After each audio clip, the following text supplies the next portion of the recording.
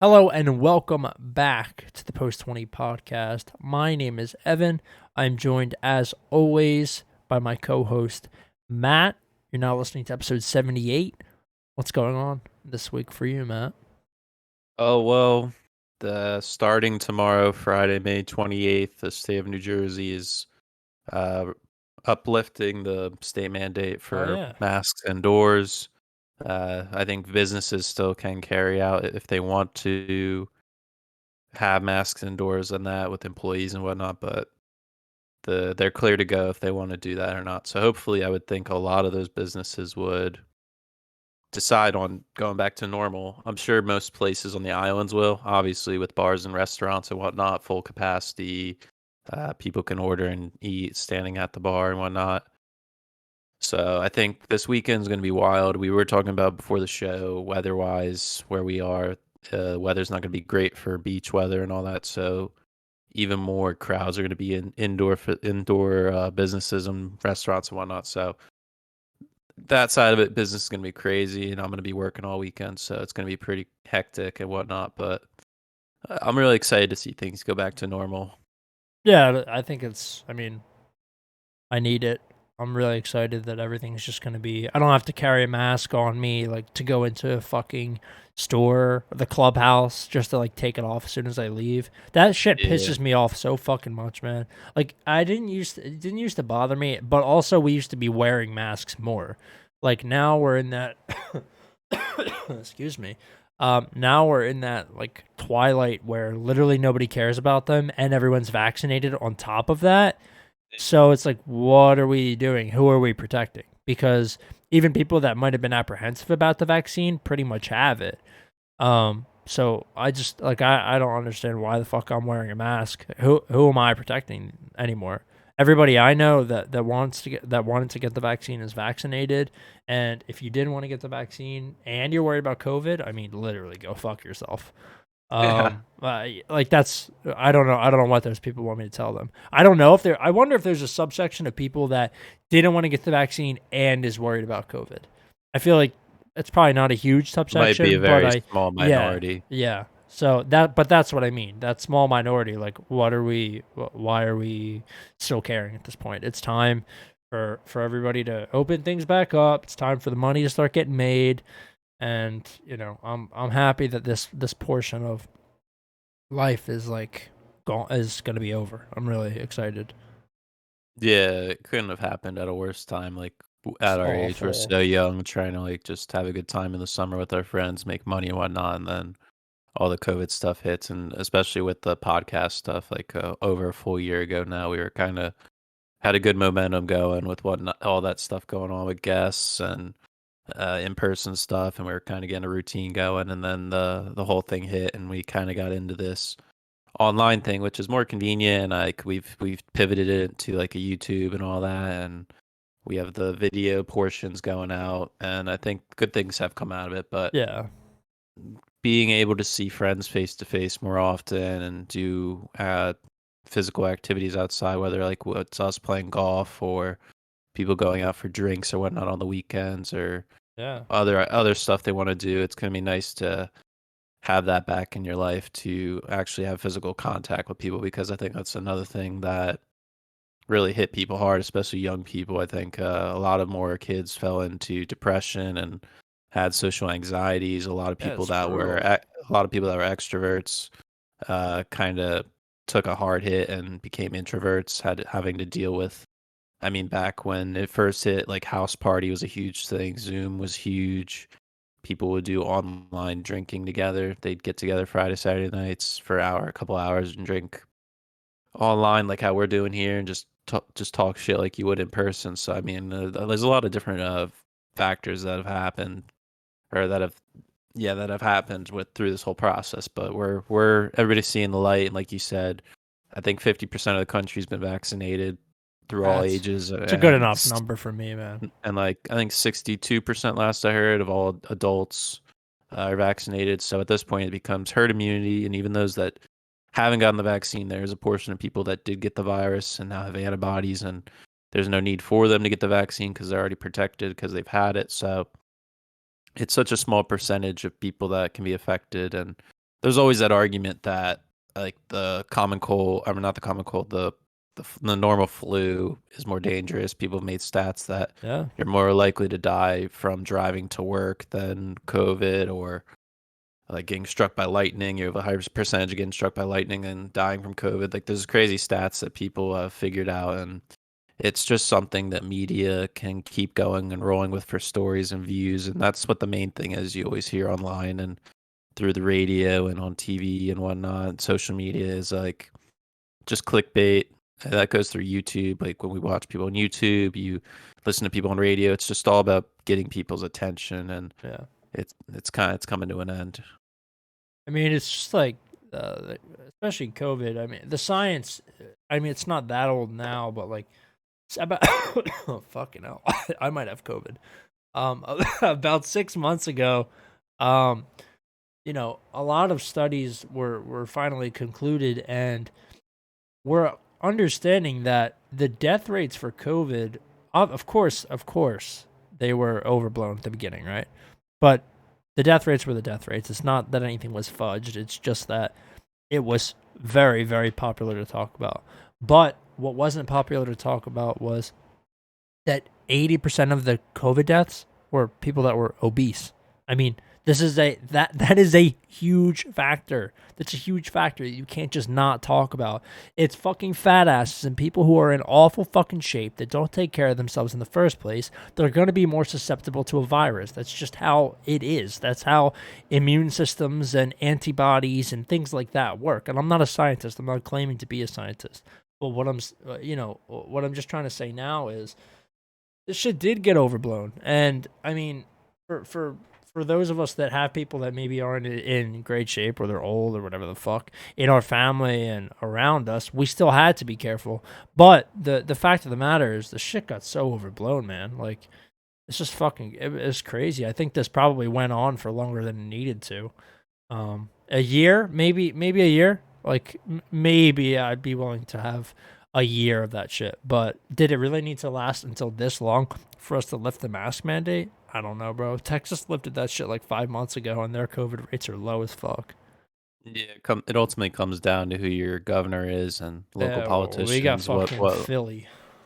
Yeah, Hate living that in the bastard. northeast and the west coast, you're gonna get hit heavy with the Democratic policies and heavy mask mandates, and small businesses are getting crushed. While in red states like in the South or in the Midwest, kind of Texas as well, you're seeing governors like Ted Cruz and or no, he's senator. Who's their governor? Abbott, I think some Abbott, Rick and then you got Abbott? Is his name yeah, Rick? something like that. And then you got Ron DeSantis in Florida, big Trump guy.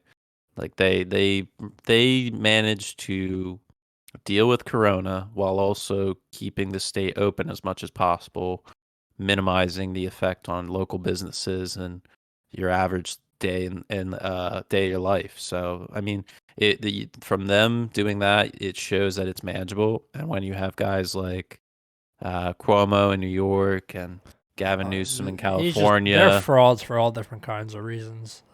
even their predecessors, they can get away with doing the wrong decisions, but also getting their behinds covered by the media, saving them, not talking about what the real problem is, and then the bailout. Every time they make bad decisions, they get bailed out, and it's like nothing ever happened. It's like when your gambling debt is just magically paid off by a shark or something. It's like it just goes away magically, but still, you remember what they did, and the media just brushes it under the carpet, and it's just it's a constant cycle that will never end unless you get like another candidate like Trump, or just an anti-establishment type of person. I think that's the direction the country needs to head in if they want to get out of a constant cycle of just inflation, overspending on dumb things. No, it's never gonna Uh, happen. America's already dead.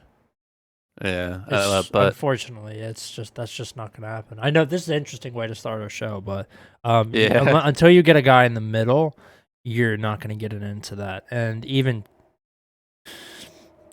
Trump, I mean, he was just so intolerable to so many people, even on the right, like the traditional right wing, that it wasn't. even though he was sort of moderate, like in terms of his financial policy, like I think his financial policy was fine. I think it was reasonable for even people on like for some people on the left, like they bought in, they were okay.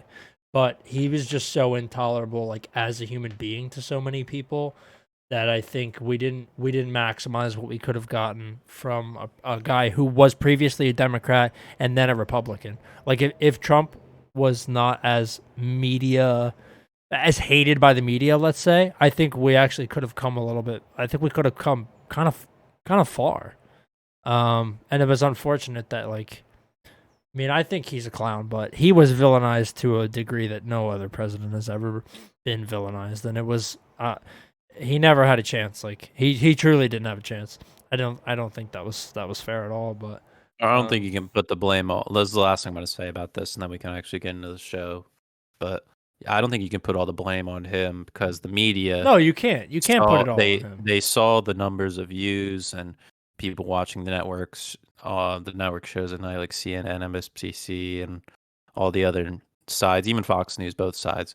Just the numbers and the viewership went up through those 4 years he was Yeah. uh, as sitting president. Just and now you're seeing the aftermath of him being out of office. I think the viewership for CNN dropped like 70% or something crazy. Yeah, it was Trump derangement syndrome. That's what I like to call it. That's what it was. People Like were just obsessed. so many people as soon as he left office just stopped caring They about checked politics out. anymore Right. because if we're honest, like Joe Biden's not very interesting. There's nothing about him. He does as little as possible to be in the spotlight because obviously he's had his blips with his speech Oh, I and mean, he's a fucking. incoherent. He's not I there. mean, Like he's not mentally he's there. 77, 78 years old. By the time he's out, he'll be 82. There's no Yeah. shot in hell he gets reelected. No. Kamala at that point is going to run most likely, but I don't think she has a shot. No. But that's all another story.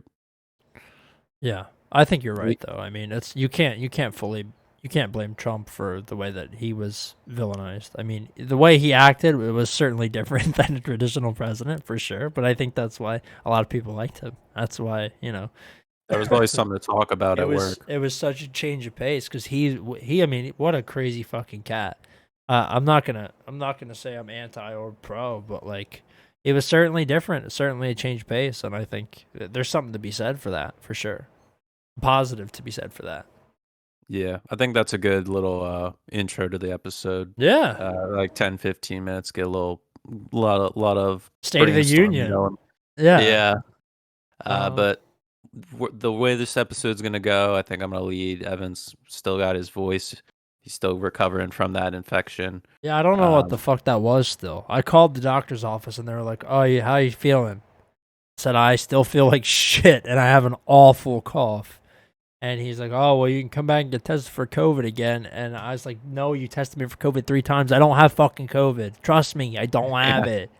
I don't have any of the other symptoms besides a dry cough. That's it." Do you think the next 2 to 3 years that'll be the first thing doctors thinks when you're Yeah, like that's a feeling good sick? question. That's a good question. I have no idea. Like, because it's so similar to A common cold. any other cold. Yeah, like you get a fever for a little bit, low grade typically.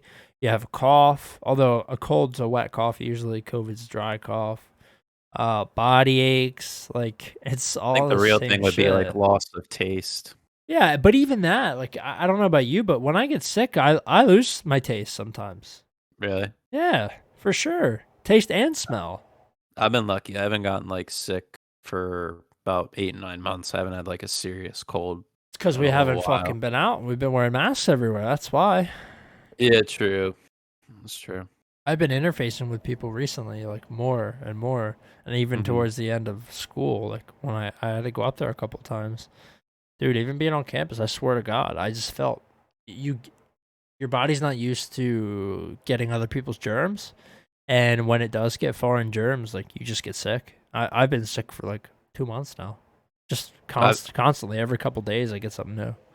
I mean, through all this like fall and spring, like I've been coaching and all that. And I've been around Oh, that's 20, yeah. 28 and 9 year olds. So I mean, they're constantly Yeah, they're and sick even like fucks. us, yeah, like I've been around all their bullshit. So I've been holding up well. But Yeah, let's get back on the topic here. So the way this is going to go, we're going to recap week 38 of the Premier League. We're going to dissect how the table finished, what's going on European wise, who's getting relegated. We're going to move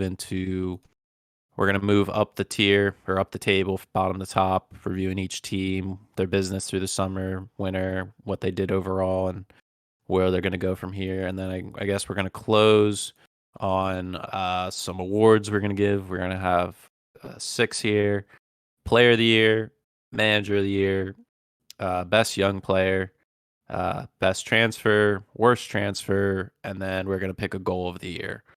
So that's the layout of the episode. And I guess we'll start with the review of Week 38. The first game listed here for me is Arsenal 2, Brighton 0. This was a solid win for Arsenal. Nicolas Pepe with the brace. He's really came into form the last stretch of the season. I think he ended the year with 10 goals. It's been great. Second most on the team, I think, joint with Aubameyang, which says a lot for his season. But yeah, it was a solid result. I think we both picked this game right. Yep. Brighton didn't do too much. It was an overall solid result and a strong finish to the year for Arsenal, winning 5 straight in a row. Unfortunately, only finished 8th, 1 point behind Tottenham. Right outside of that new UEFA Conference League. Yeah, what the fuck is that? That is a third-tier European Great. competition. So Great. that next season will be the inaugural season of the tournament. So this is how it works. You have the Champions League, which is the top, the Europa League. The winner of the Europa League qualifies for the Champions League, and now the Conference League is specifically for the Prem. Whoever finishes 7th qualifies, and if you win the Conference League, you qualify for the Europa League the next season. Okay. So I don't know if it's going to be how the Champions League is, where like the best third place teams fall into the Europa League. Right. So meaning if Europa League, some teams are going to fall into the Conference League. I do not know how that works. I'm not versed in how that is, but Tottenham will make the venture into that and will most likely be favorites going into it, because if you thought the Europa League was a bunch of farmers, I can't wait to see who the fuck's I in this. can't either, dude. It's gonna be the absolute most fucking bizarre teams. You're gonna get like French League 2 teams. There's gonna be so many weirdos. It's just gonna be so fucking weird. It's gonna be like Torino, Marseille, like just horrible, awful.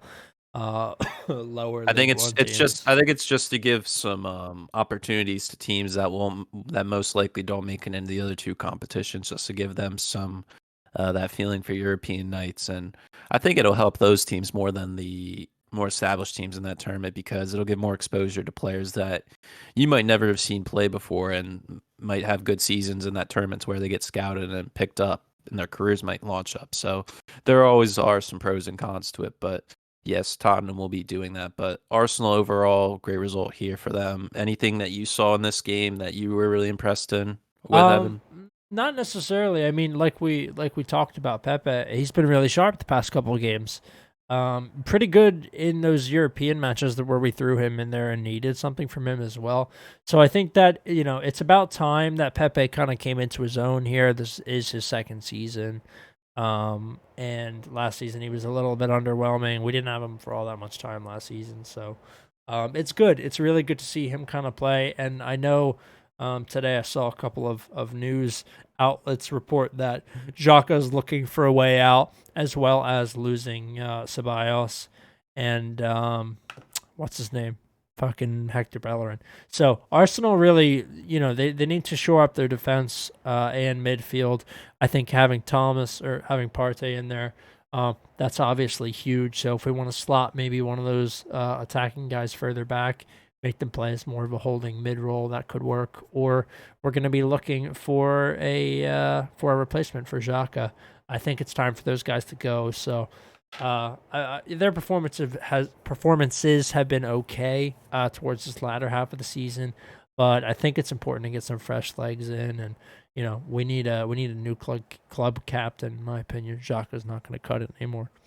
Yeah, there's going to be a lot of changes, I think, potentially Arteta even, in my opinion. But I think it's the first time in 25 years Arsenal will not be in European competitions.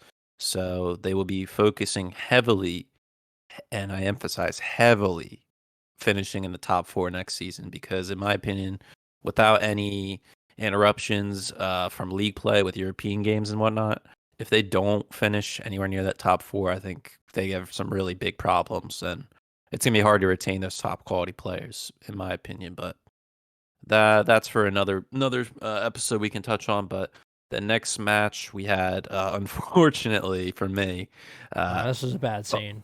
Aston Villa 2, Chelsea 1. Now, absolute criminal here. Credit to Aston Villa. They did well. You're so Uh, lucky Tottenham didn't bottle that game against Leicester. I know I did tweet out. You're I so said fucking I lucky. I tweeted I always loved Gareth I Bale and saw that. whatnot. I Yeah, but saw that. yeah, in this match we needed to at least get a point, but we lucked out with the other results further down the line. We nicked the 4th place position qualifying for the Champions League, giving us not as much pressure on Saturday, even though there is a lot to not have to win to get in. So that's nice. But El Ghazi and Traore, Bertrand Traore, formerly a Chelsea player, scored in this match. Ben Chilwell on the other end scored, assist by Pulisic. Nice to see from him. Um, kind of back and forth. Was a boring match at times, but I just don't know, man. We're going into this match. We're going into this match Saturday off an FA Cup loss.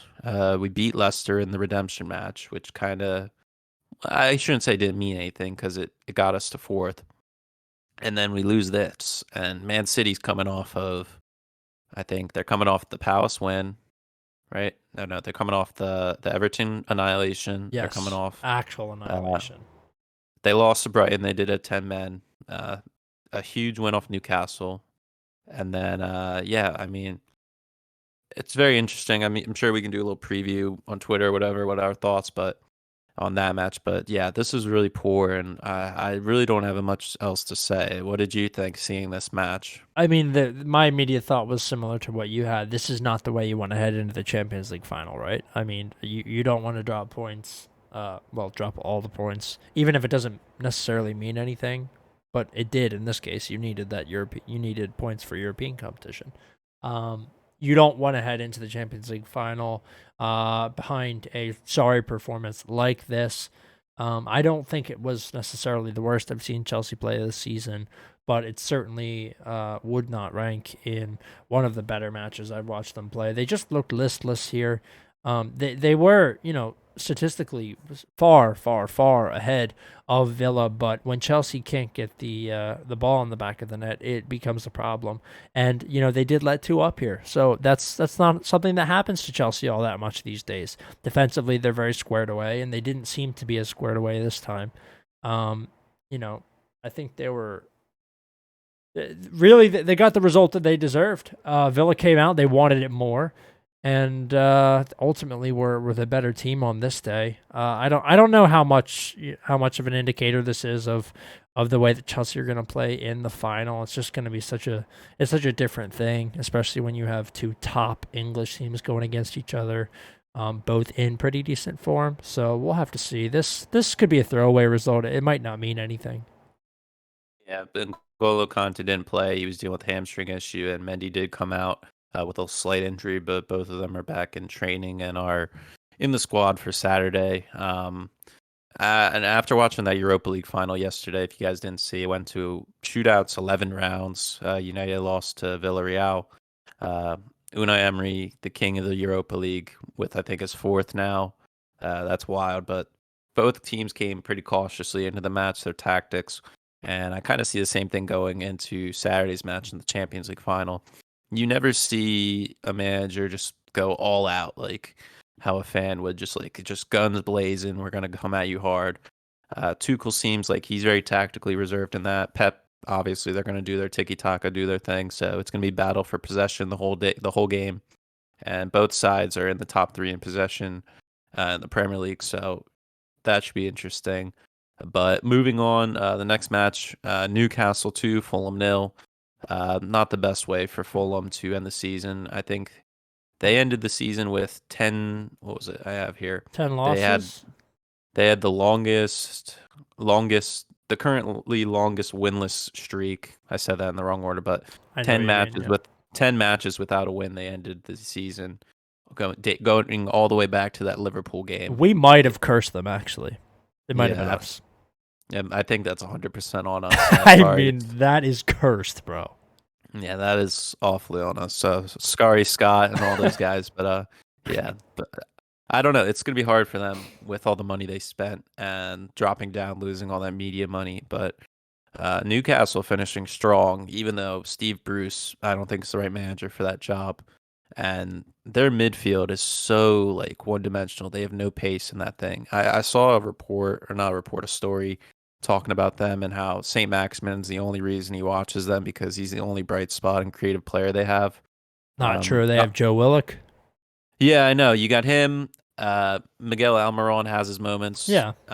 He's like creative player. Callum Wilson was their top scorer with 12 goals. He did miss, I think, like 8 or 9 weeks. Yeah, So injury. he could have had at least 16 or 17 if he made all those. But can't think about that way. But yeah, Joe Willock did score in this game. So 7 straight games he played in with 7 goals. Absolutely crazy. Want to know the only other player who's done that? Alan Who's that? fucking Shearer. Oh, dude. Alan Shearer. Joe Willock is in conversation with Alan Shearer for a record? That's fucking bizarre. I think, side note from this game, I think specifically about Joe Willock, I think he definitely needs another year on loan because For sure. I agree. how old? Let me look up real quick. How old is He's he? like Is he even 24, I 20? think. No, He's no, 20. he's He's older. 21. 21. He's 21. His birthday's in August, so he'll be 22 for the next season. That was close. So I definitely think he needs one more year because Arsenal's still trying to figure out their midfield with Partey in there, Xhaka and El Neni and all those guys. But I think if he can get another year like that, making sure, proving it to everybody that it was not a fluke, I definitely think he should go back to Newcastle because he works in that system. I don't think he should go to a different team and have to reestablish himself in the squad. He's already proved himself there. So, and we know that Newcastle's a pretty solid team in the league. Once they get on a run, that they'll be in the league. But I think that's definitely a good path for him in his career.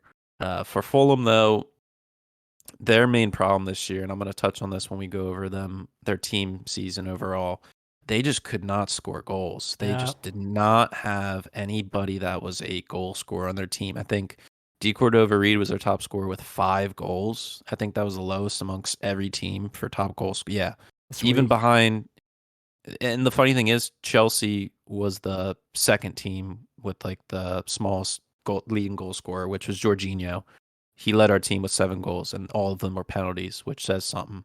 Yeah. Now that might be different when we have a full Tuchel year. You have to remember we had Frank up till January, so it was completely different tactics with a 4-2-3-1 to changing to like a 3-5-2. So yeah, the Fulham just could not create chances. I think overall their team played well, possession style. Those games we did watch live, they had a solid style, savvy with Scott, and they just could not put the ball in the back of the net. Yeah, they struggled to be clinical all season. I think you see that sometimes with some of the clubs that come up. Not a lot of goal scoring. Usually they're more solid at the back, but Fulham just had a full-on meltdown at the end. I mean, no part of their game was solid. It was bad, then it was worse, then it was good, then it was bad, and then awful. So they just could never string together more than 1 or 2 wins, and that's the name of the game, consistency, even if you're getting draws, and they just had so many losses this season. Same with Sheffield. When you're dropping all 3 points, not ever salvaging 1, it's a problem, and it comes out at the very end when you realize how far you were from safety. I mean, they were 11 points away from safety. That's brutal. That is Yeah, I think this was the brutal. quickest. I think this was the quickest 3 teams have been relegated ever in the league. Yeah, it's honestly tragic. We liked Fulham a lot, so RIP. Hope to see them back up in a couple of years. Always do, honestly. They come up like every 5 to 10 years, so we'll see if we get them back up. But Yeah, sooner than that, hopefully. I mean, we have Norwich and Watford coming right back, and Saturday's the playoff final, which is Swansea and Brentford. Brentford's back in it from last season. They were in the playoff final against Fulham, which they lost. I think Hmm. 1-0 off a Joe Bryan like 40-yard free kick. So wait, Um, it's who's coming up? Watford, Norwich. Watford, Norwich, and then the winner of Swansea, Brentford. Oh, I hope it's fucking Brentford. They haven't been up in a long time. Yeah, I mean they were in the final last year and they lost, and they had Ollie Watkins on their team. And Yeah. after they lost, he made the move to Villa, and I mean I think he scored. What did he score this? He had 16. Where is he? He had 14 goals this year, which is awesome for him because he scored 26 last year in the championship. So he proved himself this year. But moving on to the next match, we have Leeds 3, West Brom 1. Pretty self-explanatory. We both picked this game right. I think our overall records here for the final week, we both went 7-3, which is respectable. Not bad. I think the only ones we got wrong were the Chelsea game, I got the Spurs game wrong, and then the Sheffield game. Those are the ones I got wrong.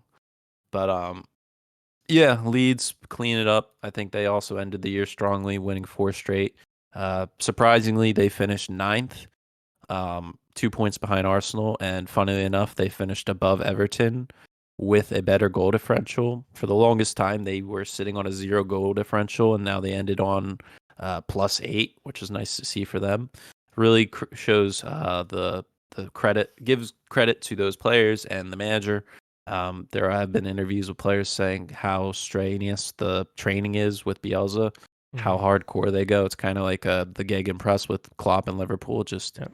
that high intensity of work rate. So really shows what they can do in the league with not much investment into the side. Maybe next year if they could hold Bamford, Rafinha, get Harrison on another year loan from Man City, or maybe they just buy big somebody. Should be good.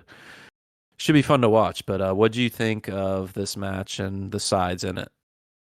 I mean, Leeds won me a fuck ton of money. I won like $380 on this Yeah, I bet. did see that. You had Arsenal, Leeds, and United money United line. was like plus 235. Yeah, I don't know why. I think everybody thought they were going to come out with like a weaker team They resting they for the Europa did League. they did, but I don't give a fuck, dude. Wolves are awful. They are Yeah, awful, and yeah, very true. I knew Leeds would come out firing here because they always do. They play with an intensity, like you were just talking about.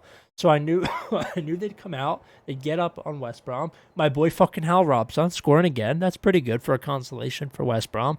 Not enough to mean anything, but yeah, I mean, a lot of I'd say the three strongest players on this team scored here. Calvin Phillips, extremely important. Stalwart, middle of the park, important every single match.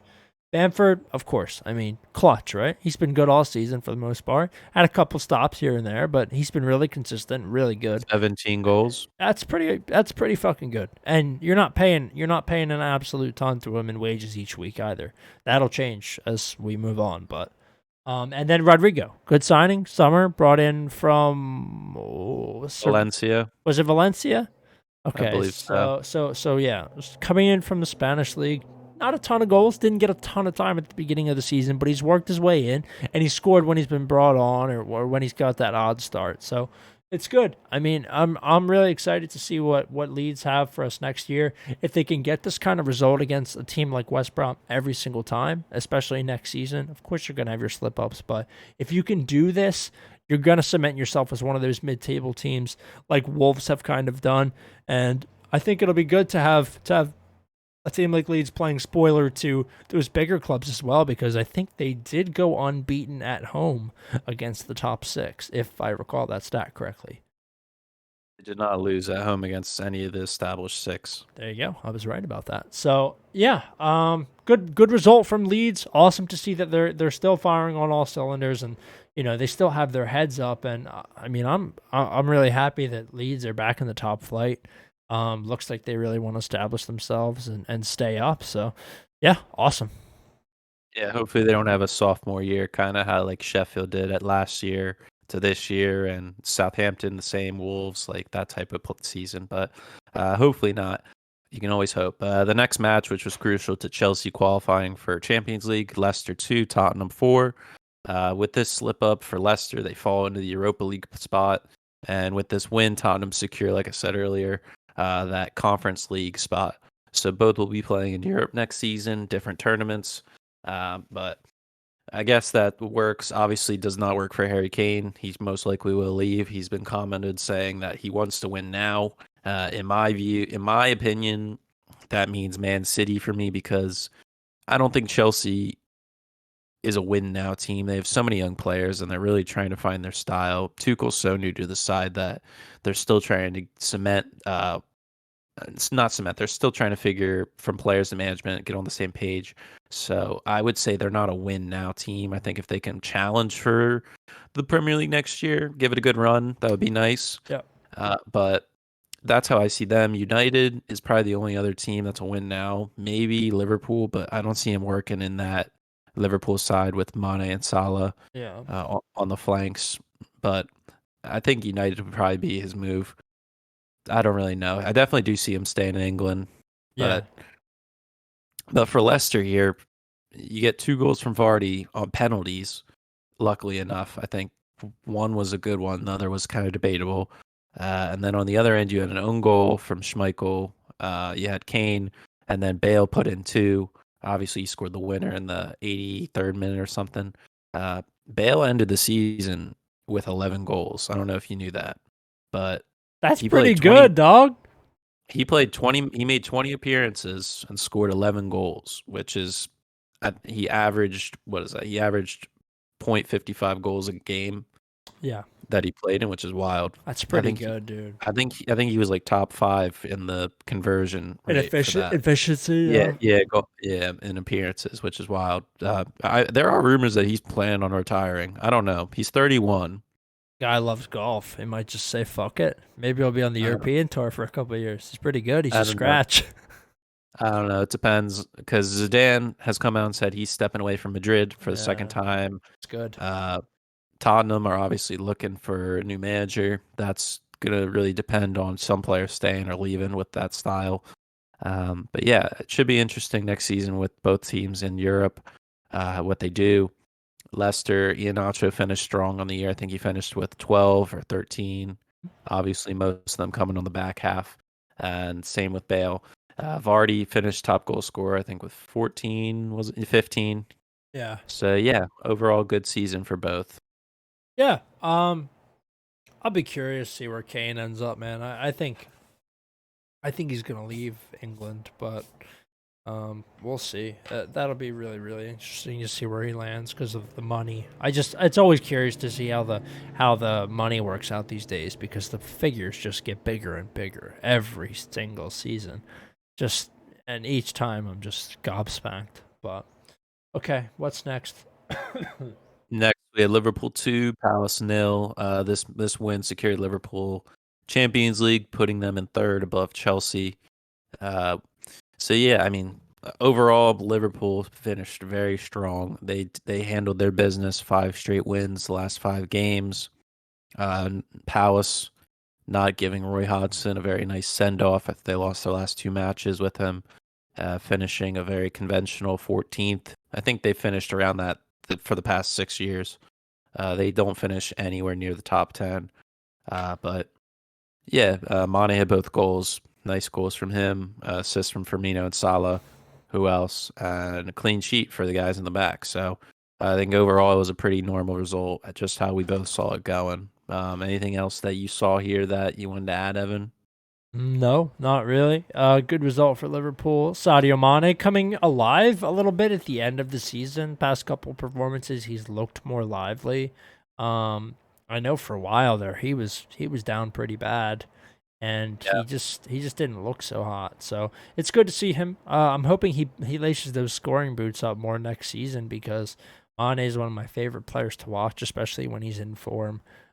So yeah, that was the thing of note for me. It was really nice to see Mane get a brace for himself. Yeah, he finished the year with 11 goals, and there were 2 stints in the season where he went 8 matches without a goal, and then following that, after he scored, he went 11 matches without a goal. So that's that shows why they finished where they did in the table. Obviously, there's other reasons with injuries and whatnot, but they did make a signing. I think Ibrahim Konate French center back from Leipzig. They signed, or they agreed terms right now. Uh, they couldn't get Upamecano. He went to Bayern, so they got the other guy, which is pretty strong. Obviously, I definitely think they need to get rid of Matip because he's been hurt more than he's played. I think it's a Yeah. waste. He's been a terrible signing for them, even when he has Not played. reliable as a backup. So they need changes there in the back, obviously, and that's what the summer's for. Next match, champions of the league, Man City 5, Everton 0. Evan hit this on the nail on the head. Yeah. You said it was going to be an absolute murder, and it was. De Bruyne, Jesus, Foden getting on the board, and Aguero getting 2 goals to send him off to Yeah. Barcelona. Very nice to see from them. It was just absolute murder. He tied Rooney's record for most goals for one club, right? Yeah, I think In so. the I think Prem, that's in what the they were. Prem, not yeah. Because he obviously is the highest goal scorer for the club overall, but I think he does. What is his overall? I think he is the most. He has the most as a foreign goal scorer, though, in the Prem as well. I think he has that record. Yeah, I definitely would agree. I definitely see that. Highest What is it? foreign goal scorer in Prem. It's Aguero. I think Henri's is the second. Yeah, he is. He has He, 175 to Aguero's 184. yeah, 184 for Man City. Wayne Rooney had 183 for United. Yep. Okay. So yeah, that is the most. Harry Kane's in second with 166 right now for Spurs, and that's probably coming to an end. Wow, that's actually crazy. Those are some interesting stats. I cannot believe Jermaine Defoe is in the top 10 Premier League goal scorer list. That's actually ridiculous. Yeah, he was so heavily underrated, man. It's just because he was so spread out through his Yeah, career there. played everywhere. Holy fuck, that's insane. There was a period where he played for Toronto in the MLS. Yeah, I know. I remember that. I remember that actually better than I remember some of his stints in the Premier League with Portsmouth and Sunderland. Yeah, this is prime Everton here, just finishing right in 10th. Yep. I think this is somewhere. I mean, obviously, we both didn't predict them to finish 10th. We thought they'd finish a little bit higher, but Oh. to appoint a manager like Carlo Ancelotti, who's managed top clubs throughout the Europe, whether it was Chelsea, Madrid, Napoli, uh, I'm probably forgetting somewhere else, but he's been high-profile clubs and has won great. He's had great seasons, Yeah. winning tons of trophies, and then he brings in the likes of James Rodriguez, who was not healthy the whole season and was not utilized as best as he should. And we've praised Allen in the midfield, who Ancelotti as a manager has trusted and brought with him from Napoli. Finishing 10th with that team behind a lackluster Arsenal, a freshly promoted Leeds, That's bad. and a West Ham team that nobody really saw coming. I mean, that's just poor if you're a fan of them. And the way they started was even more of a letdown. Well, that's the thing. Like, I was talking the other day to my brother about this. Like, Everton had a hot start, like scorching hot. They looked so good those first 5 to 6 weeks, and they just, I mean, I said to my brother, I misspoke. I said their back nine was horrible because that's how I was thinking about it, like around the golf.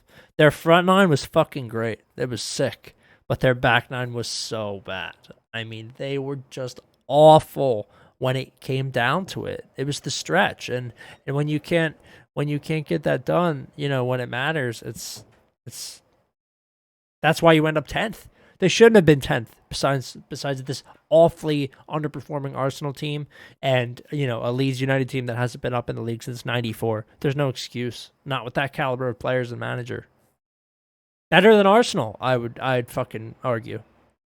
Yeah, they started the year with 4 straight wins over Spurs, West Brom, Palace, and Brighton. Then they got a draw against Liverpool, and then it kind of went down. They lost to Southampton, Newcastle United, and it kind of turned into a roller coaster from there. So, I mean, it's very tough to be consistent the entire season. Yeah, it is. With the talent each team has. This league has proven to us time and time again that anything can happen. We've seen Sheffield upset United. We've seen West Brom upset Chelsea. We've seen Brighton upset City. Like all these crazy things can happen. So just to have a stretch like how Man City did with like a 19 match win streak is something that is absolutely unheard of in this league, even any league across any country. It's almost impossible to do. So that's one of the keys things you want to get as a manager is consistency with players week in, week out, Of get a good course. rotation, and just hope not to overstress their bodies and whatnot. So yeah, I mean that's prime position for Everton 10th. Moving on, Sheffield 1, Burnley nil. We both did not get this game right. I think we both took Burnley. Sheffield getting a win before they go back down the championship for 10 years. Yep. They finished the year 23 points, 7 wins, 2 draws, 29 losses. Awful. You cannot hope anything. I think they were doomed from fucking November because they were just Yeah, I down mean, they might bad. have been doomed before November. Like, they were just awful. They didn't retain any of that sharpness and tenacity that they had last year. Lost their coach. I mean, it just looks like the locker room was lost at 5 weeks into the season. They had no desire to do anything. The last game they exhibited any sort of grit in was a game in November. I think versus Arsenal. It was a 3-2 when Arsenal just squeaked by. Like, that was the last time that I watched Sheffield and thought they were a threat. After that match, after every match after that was just horrible. Even their upset against United, like they just they had nothing going for them this season.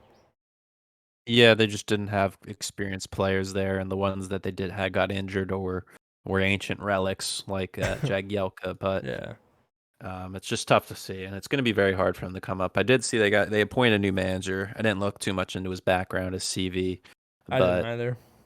but good luck to them with the championship because that's even a tougher challenge than the Premier League. Some would argue is the championship. That is just an absolute bear of a season. It's going from 38 matches to 46, and then you throw in the League Cup and the FA Cup. You're playing 60, 65 matches a season there. Yeah, I mean that's fucking crazy. Yeah, they're just not. They wouldn't be ready to be a mid-table team. I don't think, even after being where they were last season. They're just. I can't even imagine the next time we'll see Sheffield up. Honestly, it's going to be a long No. time. I think. I think on the other side of the coin with Burnley here, I think they are so lucky that Yeah, they are. They got uh, away with fucking King's ransom. they are so lucky that Fulham, West Brom, and Sheffield just imploded I know. back in February because they easily could be in those positions because They underachieved this season. I think. because I think both of us had them around that mid-table mark. I'll go into what I said for them with when we talk about what we said in our previews for predictions of the season overall, but. Yeah, they just had nothing going forward. Even though Chris Wood did have 12 goals, I think he led the team, which was nice for him individually. But I think the next top goal scorer for them had 3. So Who was it? them just Westwood or McNeil? where was it? Hold on, I can see it real quick. Sorry, I don't mean to interrupt you, but No, you're good. Oh god, this is gonna take too long. I don't I'll really get know. it. It I'll might, get it. Go ahead. but yeah, I mean, like I said, they were so lucky that they had teams below them that just imploded and had even worse attacks. But Nick Pope was a big save for them in goal. He's obviously out of the Euros. He's getting shoulder surgery, which throws a wrench into Gareth Southgate's England squad for the Euros. He's had to make changes, so now he has Dean Henderson, Jordan Pickford. Should be interesting to see who he has as number one, and then he has Ramsdale and Johnston from Sheffield Yeah. and West Brom respectively. So I think that's always funny to see guys like that get picked into the teams playing for those lower level clubs because they aren't really able to shine and show their true talent because they're getting 20 shots on them a match. Like they can never hold clean sheets because their defense is just so unstable. But they can get their individual praise there. Getting selected is always a great honor for your country. But yeah, I mean, not really much else to say for these two sides. Did you see who was the next goal scorer for Burnley? Yeah, it was Westwood, which is what I figured. I figured it was Mhm. Ashley Westwood. It's actually tied between the three of them. It's Westwood, Phaedra, Barnes. So Wasn't they Dwight all just McNeil have on 3. there? Yeah, Not Dwight I McNeil? don't know if he has 3 though. I think he ended with Might 2. have two. Yeah, he did. Dwight McNeil and Ben Mee both had 2 alongside Goodmanson.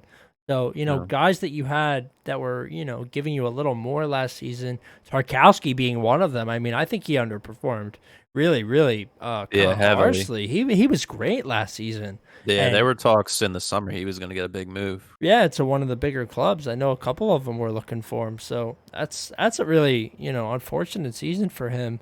It's like it's players like that where I think that lies with that final standing spot. I mean, they're just one. They're the team right above the drop. I can't believe it. And I know they were 11 points safe, but they underperformed. Sorry, my cough is like trying to come out, Yeah, making my moving voice go up on. and down. Moving on to two teams that were in reverse sides of the table here. We had West Ham, who finished sixth. They will be in Europa League next season. I think the second time ever they've been in European football, modern era. In the modern era, they won 3-0 over Southampton, who finished 15th, who absolutely imploded with injuries Yeah, and I did. inconsistency. There was one point where they got annihilated by United 9-0. Hmm. Absolute embarrassment. But yeah, in this match in particular, Declan Rice had a goal. Your boy Pablo Fornals had a brace. Overall, solid performance from them. Southampton on the other end didn't have anything going forward. Che Adams slowed down. Danny Ings was their top goal scorer with 12. Right? Let me see. He had 12. Yeah, he had 12. I think Che Adams had 10 right behind him, which was nice for him. He had a breakout year for them, but overall, both teams can go in next season looking to rebuild. West Ham, now that they're in European competition, can have more pull on players. Getting players to stick around like Suchek and Kufal were great pickups from the Czech Republic League, and hopefully they can get somebody to reinforce some positions that they need heavily. I mean, they're going to have to keep Declan Rice because there's always going to be those rumors that he's going to go to Chelsea or he's going to go to another team in the top four. But yeah, it should be interesting to see what they do business wise there. For Southampton, they're just going to have to dig deep into the academy and hope to get one or two guys to perform. Yeah, the truth. All right. Uh, and then we have one more game. We have the United 2, Wolves 1. Yeah, Wolves, big like you one. said, absolutely dumpster fire. Nelson Semedo scored for them. On the other end, you had Juan Mata Hmm. from the ancient times getting a goal. And then you had the youngster Anthony Elanga getting Yeah. his first professional goal, or first senior goal, I should say, in his second appearance for the team in the Prem. Great to see for him. Always good to see a youngster score, especially the winner. Van de Beek did get an assist. Funny to see him get in this game. This game didn't really mean anything for them. They already secured second, regardless of what anybody did. Um, Wolves, like you said, Wolves did absolutely nothing this year. They were level with Fulham with top scorers. Ruben Neves and Pedro Neto tied with 5. So they were on the same playing field as Fulham and Sheffield as well, just really struggling to score goals. And obviously, we say this every other week, losing the heart and soul of the team and your top goal scorer for the past couple of years, Raul Jimenez, is always tough. And having to put all your trust into an 18-year-old Fabio Silva who you brought in this season, it's never going to work like that. And then they also had injuries with Pedro Neto. There were times I think with Willie Bally got hurt in the back line, Neves for a week or two. So it's very tough. Like I said before, what I say with one of the other teams earlier, you have to rotate fitness, get guys in, get guys that are on the same page with the tactics. It's a very tricky thing to do as a manager, and Nuno kind of paid the price this year by getting sacked. Yeah. Uh, R.I.P. Another Portuguese guy coming in though.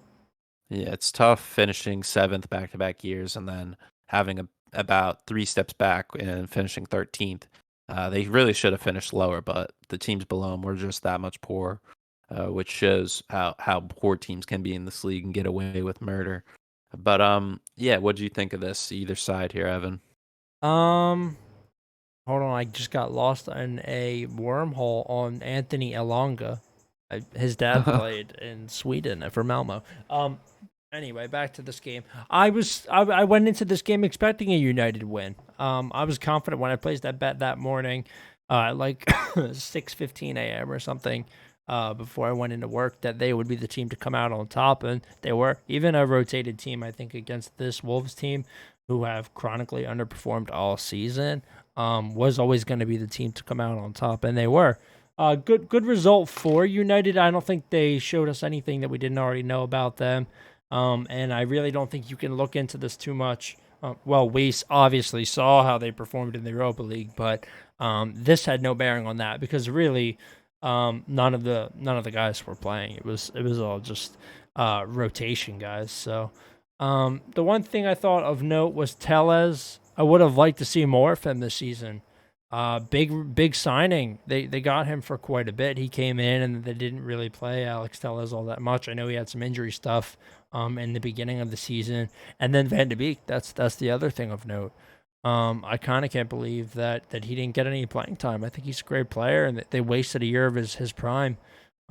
He's actually gonna be somebody I talk about when we do our awards. So Okay, that pretty much covers. I'm trying to. I have so many tabs open here, and I'm sorry. trying to like get all the right ones open, and it's just a big clusterfuck right now. All good. So yeah, that reviews the recap. And now we're gonna go over each team in order from bottom to top where they finished in the league. Kind of review what their stats were overall for the season, but whether it was possession, their goal difference, goals for, and all that. Signings they made, players they sold, and then kind of go from there. So, and then also go over our preview predictions for teams in the league where they finish. So, starting off with Southampton, or not Southampton. Why did I say Southampton? I saw the S. Sheffield United. Okay. Obviously, they finished 20th. Prediction wise, Evan, you had them finishing 12th. I had them finishing 15th. You won that one. Yeah, what you had to say about them was you said they were very good last year for the quality of players they had, which totally makes sense. I mean, at that time they had Dean Henderson in goal, which I made the point of just losing him. I said at the time losing him could really hurt them, and some of those games last season he saved them at least I would say 5 points, which could be the difference between staying up and going down. And other than that, I said they were pretty similar to Burnley in the fact that very tall, strong guys launching the ball route one and set piece heavy team that can really dominate in the air. They averaged 43% possession. They had the most yellow cards this year with 73, which is a fucking lot. Goal difference of negative 43, 20 goals for, lowest, 63 against. Top goal scorer was David McGoldrich with 8. Baldock, Fleck, Lundstrom tied with 2 assists, and not a very creative team passing the ball. The business they did, they signed Ryan Brewster for 30 mil, Aaron Ramsdale for 22 mil. They got him, which was a huge signing for them. And then one of their big loans was Ampadu from Chelsea. And then obviously key departures, they had Dean Henderson go back to United, and surprisingly they had Callum Robinson, who went to West Brom. And overall spending for the year, they had a negative $69 million spent. What did you think of their overall season? Anything from what I said that caught your ear? What did you think overall there? Just bad. I mean, my prediction. That makes They're sense. just That's all you have bad, to dude. say. That's all you have to say. Literally it. They were bad. They underperformed. I think my prediction at the beginning of the season was actually pretty well informed. I mean, that I wouldn't change my mind if you took me back, and I knew the same thing. I'd probably give you the same answer. I just and they underperformed. Those players had a season to kind of get seasoned and in shape for another one in the Prem, and they just didn't do that. They underperformed to all of them, even their manager. So Chris Wilder, rest in piss. Sheffield, rest in piss. Yeah, that's it. That's it. That's all I have to say. Good riddance, I guess. Okay, moving on. 19th, West Brom. Okay, I had West Brom finishing 17th, 2 points off. I did think they were going to be a survivor there. I'll get to what I said, but Evan, you had them spot on 19th. Oh, how about that? That's pretty good. Yeah, good night, West Brom. I figured Just they'd be going down. overall, each of us had two teams spot on with our selections. That was all we had, so it was nothing special. But Cool. so that was one of your teams. You had West Brom spot on in 19th. Oh, awesome. For you didn't really have anything to say about West Brom. I said they know how to stick it out, meaning just knowing how to pack it in, get the job done. This is when they had Slaven Bilic as their manager. Yeah. He was the first guy to go around that Christmas window. It was the first Controvert. sack of the year. Yeah, it was right after a 1-1 draw against City at the Etihad, which was crazy. But Mhm. yeah, the reason I'm looking back and why I said that, listening to that, was just big guys. Same exact reason for Sheffield. They just need that big guys pack it in. Route one. That's kind of how all these teams from 13 to 20 play. When they don't have the big money, they can't sign the top quality players that are creative on the ball.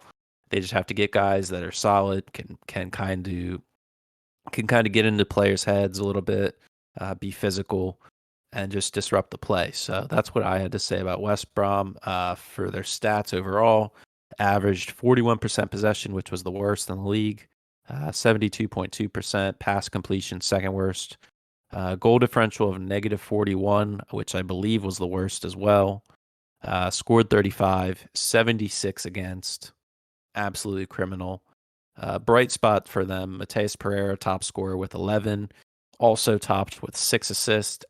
There's no doubt in my mind, if he does not leave West Brom, I don't know what he's doing with his career, and he needs to get a new agent. Uh, Yeah, key true.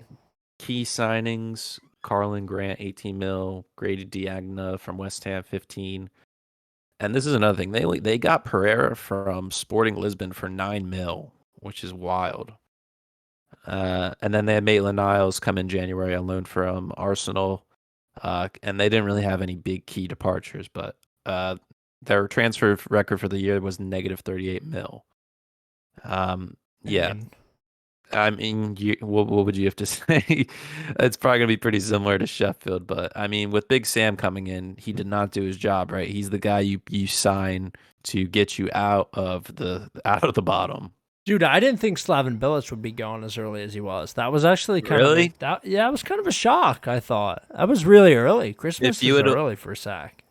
That is the prime time for guys to go, because that gives the manager the winter transfer window to bring guys in that he's familiar with. Yeah, but who the fuck was West Brom ever getting that was going to be able to sign big targets? Like, that was never going to happen for a team like that. It's never They going to got that. happen. They got Diagna from Turkey.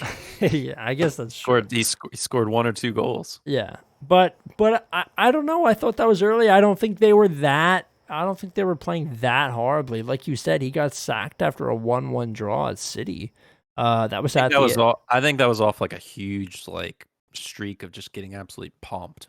Yeah, I'm sure. I'm sure it was, but like, were they getting pumped any worse than like Southampton were at that point in the season? Because there was a point where they were getting fucking Yeah. railed, and they didn't get rid of Hasenhüttl. So Yeah. I don't know. It was kind of a shock for me, and I don't think they ever recovered. They looked good with Big Sam for a couple of weeks when they were packing it in, and then teams realized that they could only pack it in for a little bit. Like, that's just not sustainable unless you have top class players and rotation players at the same time. And West Brom are not a side that have that. So once teams figure that out and realize, like, oh my god, we can just abuse them, and eventually they'll Yeah. crack because their quality's not there. Then it went as I would have expected. I guess I did. I picked 19th for them at the beginning. I Yep. figured they would go down. So good on me, I guess.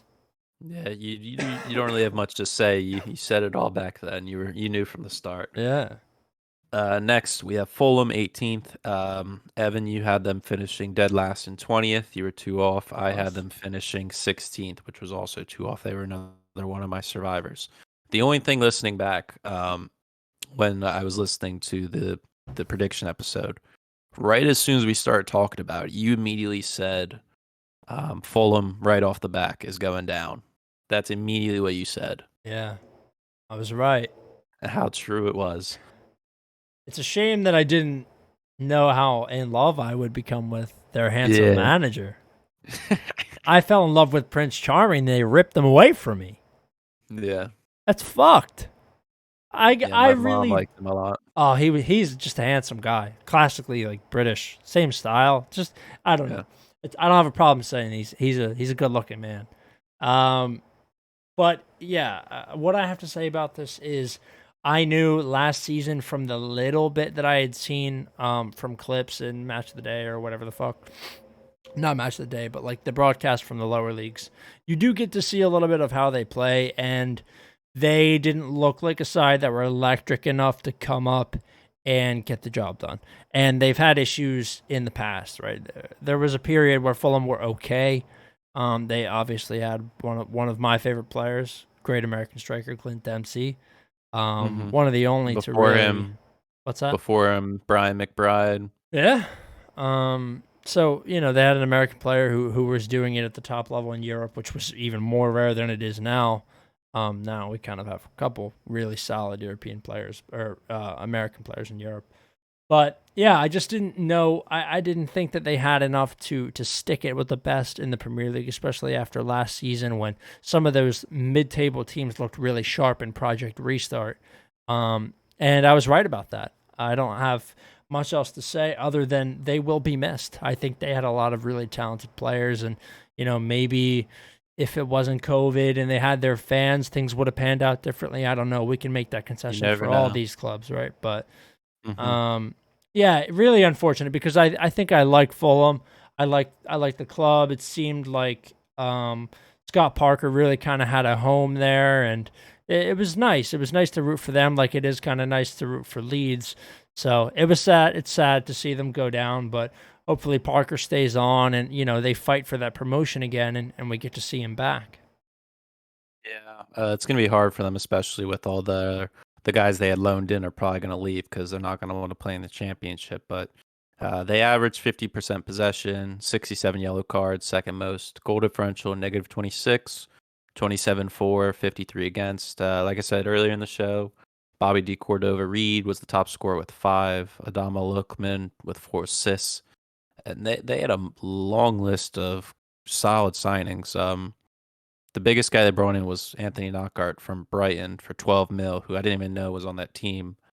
Harrison Reed, Kenny Tede, Ola Aina, Lamina on loan, Anthony Robinson, Lookman, Tosin from Man City, Anderson, Loftus Cheek, Areola. They had so many quality players in there from all these top teams, and just couldn't mesh it together. There wasn't a killer up top that could just bury the ball, which at the beginning of the season, so many people thought Mitrovic was going to be that guy because he was at Newcastle for a while and kind of did his thing. The only departure they had was John Mikel Seri, who they loaned out to Bordeaux. And overall, they had a negative spending of $41 million. So that is Fulham's story for the year. Moving on, 17th, we had Burnley. Burnley, I had them finishing 10th. You had them finishing 9th. I think this was, for both of us, one of the worst ones we picked. Um, Burnley averaged 43.5% possession, 71.6 passing completion, which was the worst. Goal difference negative 22, 33 for, 55 against. Chris Wood was their top scorer with 12, with Dwight McNeil 5 assists. No key signings. I had to put this one guy, None. Dale Stevens, 1.2 mil. Didn't even know he existed. Center midfielder. Dale Uh, Stevenson. yeah, yeah. Key departures: Jeff Hendricks, they let go on a free to Newcastle. Joe Hart, they let go on a free to Spurs. Nice. And a throwback, Aaron Lennon, they sold him on a free to a Turkish side with a transfer record of negative 1.2 million. So that is a key reason why they finished where they did, because they did not spend any money. Notes. I was the only one that said anything about Burnley. I said they are a top 10 around that. Their system is built around big guys, set pieces, and can grind games out, which is pretty much the same exact thing I said for Sheffield and West Brom. Obviously, we've seen this season and from seasons in the past that does not work 9 times out of 10. So I mean, you've had your issues with Burnley betting on them throughout this year. Um, Frauds. it's yeah, they're a hard team to kind of figure out. Frauds. Uh, yeah, you have guys that you kind of rely on, like Nick Pope. We did talk about Tarkovsky had a bad year. Chris Wood had a bright was a bright spot with 12 goals. The man from New Zealand. Vidra, he kind of had a breakout year for you. You've mentioned him a couple times. Uh, and Dwight McNeil's also a young English winger who's a solid guy out there to have. So, I mean, they have guys in good spots that are in solid positions, but I don't think they have a good spine of the team. Yeah. R.I.P. Dale Stevens. It was- I have his transfer market pulled up. He's 31. I can't believe they paid 1.2 million for this guy. I could literally find you a better player in any park in the United States. They had to fill in the shoes of Jeff Hendricks. 1.2 million for this cat. That's crazy. If he's worth 1.2 million, I think I'm worth 800k. Yeah, at least six figures Yeah, minimum. yeah, maybe a Minimum. hundred. Yeah, I'm not even Oh talking fuck. about soccer. I just mean in general. This guy's he's Life only skills. played like 1 year Yeah, ever. they got him from Brighton. Yeah, so weird. But yeah. Oh, we are at an hour, by the way, so this is gonna run long. Yeah, this is gonna be a fucking absolute hauser. I'm gonna have to go get Uh, some water, so keep going. yeah, I'll review Brighton. Evan had Brighton finishing 17th. He was one off. I had them finishing in the relegation zone 19th. I was three off. Going over their stats, we had them averaging 50.7% possession, which is kind of how Graham Potter operates. He loves having the ball. And they do have guys in there that can play the ball pretty well. They play a three in the back with, I think, Ben White. They had loaned, or no, they got him fully from Arsenal. Previous year, he was on loan with Leeds with the central partnership of Lewis Dunk, their captain, solid player. He did have, I think, 2 red cards this year, maybe 3, most in the league. And then was Adam Webster's the other guy in there. So they have a solid back row. And then Robert Sanchez in goal, who they got through their academy, a very solid Spanish goalkeeper. Who I did think I'm pretty sure he made the Euro squad, which is great credit to him. Like I said, they had the most red cards, 6 red cards. Goal difference -6, which is not bad for finishing where they did. Or I shouldn't say that. For where they finished, having a -6 goal differential is pretty good. 40 goals for, 46 against. Neil Mupay, top scorer with 8. Pascal Gross with 8 assists. Key signings, Jakob Moder, the Polishman, the man from Poland, 12 mil. Moises Caicedo, a young center mid from, I think they got him from Colombia or Venezuela, 5.5 mil. And then, like I said, Robert Sanchez through academy, and also picking up some experience through Lalana and Danny Welbeck on freeze. Key departures: Anthony Knockaert, 13 mil, Aaron Moy, 5 mil. Transfer record -8.7. Uh, are you there, Ev? I'll take it as a no. Uh, I didn't have anything to say about Brighton here in the previous episode, but Evan said Brighton will most likely survive because they have grinded out a couple games, and that's kind of what they did this year. They had at the end of the year a great win against Man City. Draws against who was that? I mean, they led the league with 14 draws, which is a fucking lot, almost more than their losses. They got a key draw against Chelsea. Lost to Arsenal there. Big win against Tottenham. Leeds. Draw against West Ham. So they did get solid results. Draw against Liverpool. Against top sides here. Competed against United there. Draw against Chelsea. So yeah, I mean they had an overall good year. They just really need to think about their recruitment and dig deep in the transfer market to really find guys that can help Graham Potter's style and really build onto that type of mentality to move up the table, which it's gonna be really hard for them because not a lot of people are gonna want to go play for Brighton. Yeah. Uh, so yeah, is there anything you wanted to say about Brighton before we moved on? No, I don't like watching them at all. I literally get more tired every time I watch them. I'm just Yeah. get more bored with them, dude. Free Danny Welbeck. Yeah, I mean he has his issues with injury, but I don't know if you heard me earlier, but I said that what you had to say about the predictions was you said Brighton will most likely survive because they've grinded out a couple games. That's what you had to say about them. Yeah, pretty much true. You had them finishing 17th, so you were one off. That's pretty good. So I mean, being one off is a pretty good pick anyway. I would consider that spot on Yeah, I for how agree. hard it is. Yeah, this is a Moving, hard thing to do.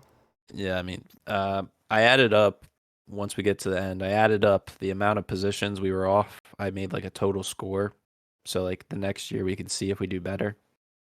Yeah, that's good. Uh, so Southampton 15th. You had them 13th. I had them 11th. So you beat me there. Uh, Average possession 51%, goal differential -21. Danny Ings top scorer with 12. Ward Prowse with 7 assists. I think he led the league in free kick goals. He had at least 6 or 7.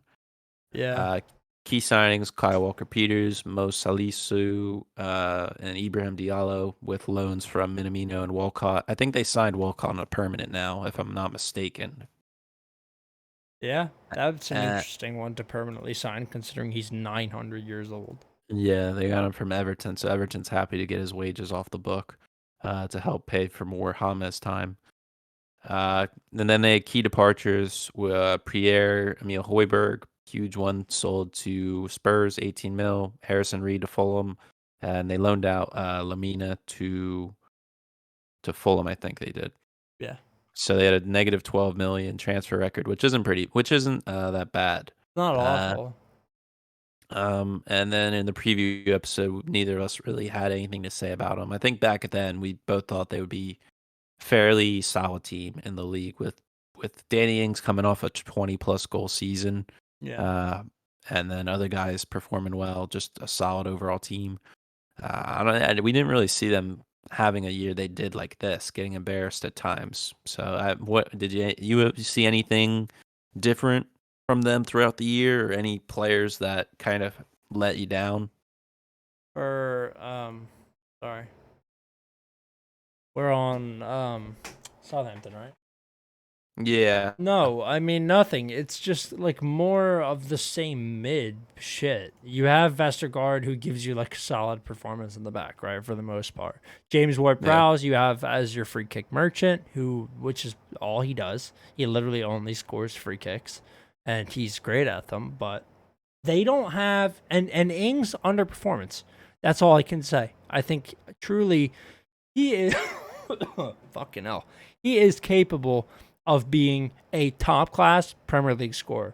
There's something about him that has like the same DNA as a prolific guy like Vardy, or you're seeing another English goal scorer like that in Patrick Bamford. Ings has that same capability and quality, and just, I mean, there are other teams talking about picking him up even because they think they could, he could be a serviceable striker. And I just think that's an underperformance from him as their lead guy, their lead scorer. He had injuries, of course, but yeah. they don't have enough. They don't.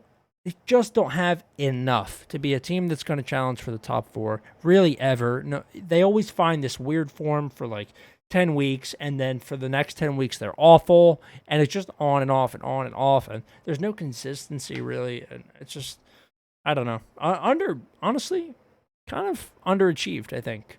There was some slots this season that they could have slid into and they didn't. Ings, obviously, with his injury issues, kind of puts him as like a rotation striker for one of the bigger clubs. He obviously can't play a full season without getting hurt at least once or twice. That's why we've seen the kind of the coming out party for Che Adams. He had 9 goals. Ward Prowse with 8. Also, like his 7 assists I said earlier. So I mean, they have good building blocks to go off of there. They have solid players. I think goalkeeper is a huge issue they have. Fraser Forster kind of got taken a back seat to Alex McCarthy in goal. They don't really have a key guy there. Yeah. I think they need to invest into a goalkeeper to really earn them like an extra 5 or 6 points that can really turn their season around. It's probably a fair shout. Okay. I'm gonna like cut the stats a little bit just so we can get faster through this episode. Palace 14th. Evan, you had them 16th. You were 2 off. I had them 13th. I was 1 off. So we were pretty fair with our assessment for where we had them. Same thing with Brighton. You said they're just gonna survive. Yep. Not enough shots and balls. You said they don't take enough shots and their balls get stuck in the midfield a lot. Um, where was it here? I had them. There was like a crazy stat I saw. Uh, that's gonna take me too long to find, but like they had like the least amount of crosses. They had the least amount of like long distance passes. They like played everything short up front. They were just a very bland team to watch, and I mean overall, like they weren't. They did have their key moments.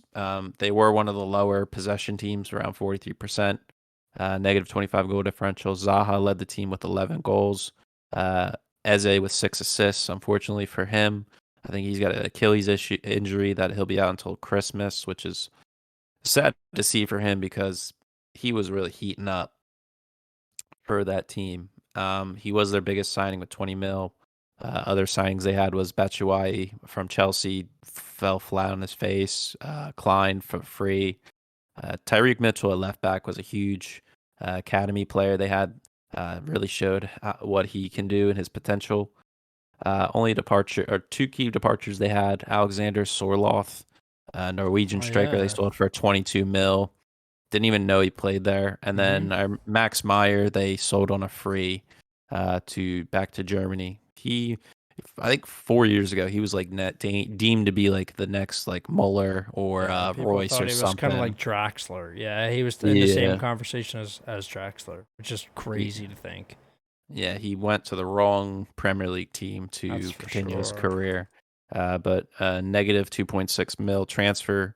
And all I had to say about Palace was they were a top 15 team, which they were. So, anything else that you saw? Any other key players that came out this year or surprised you?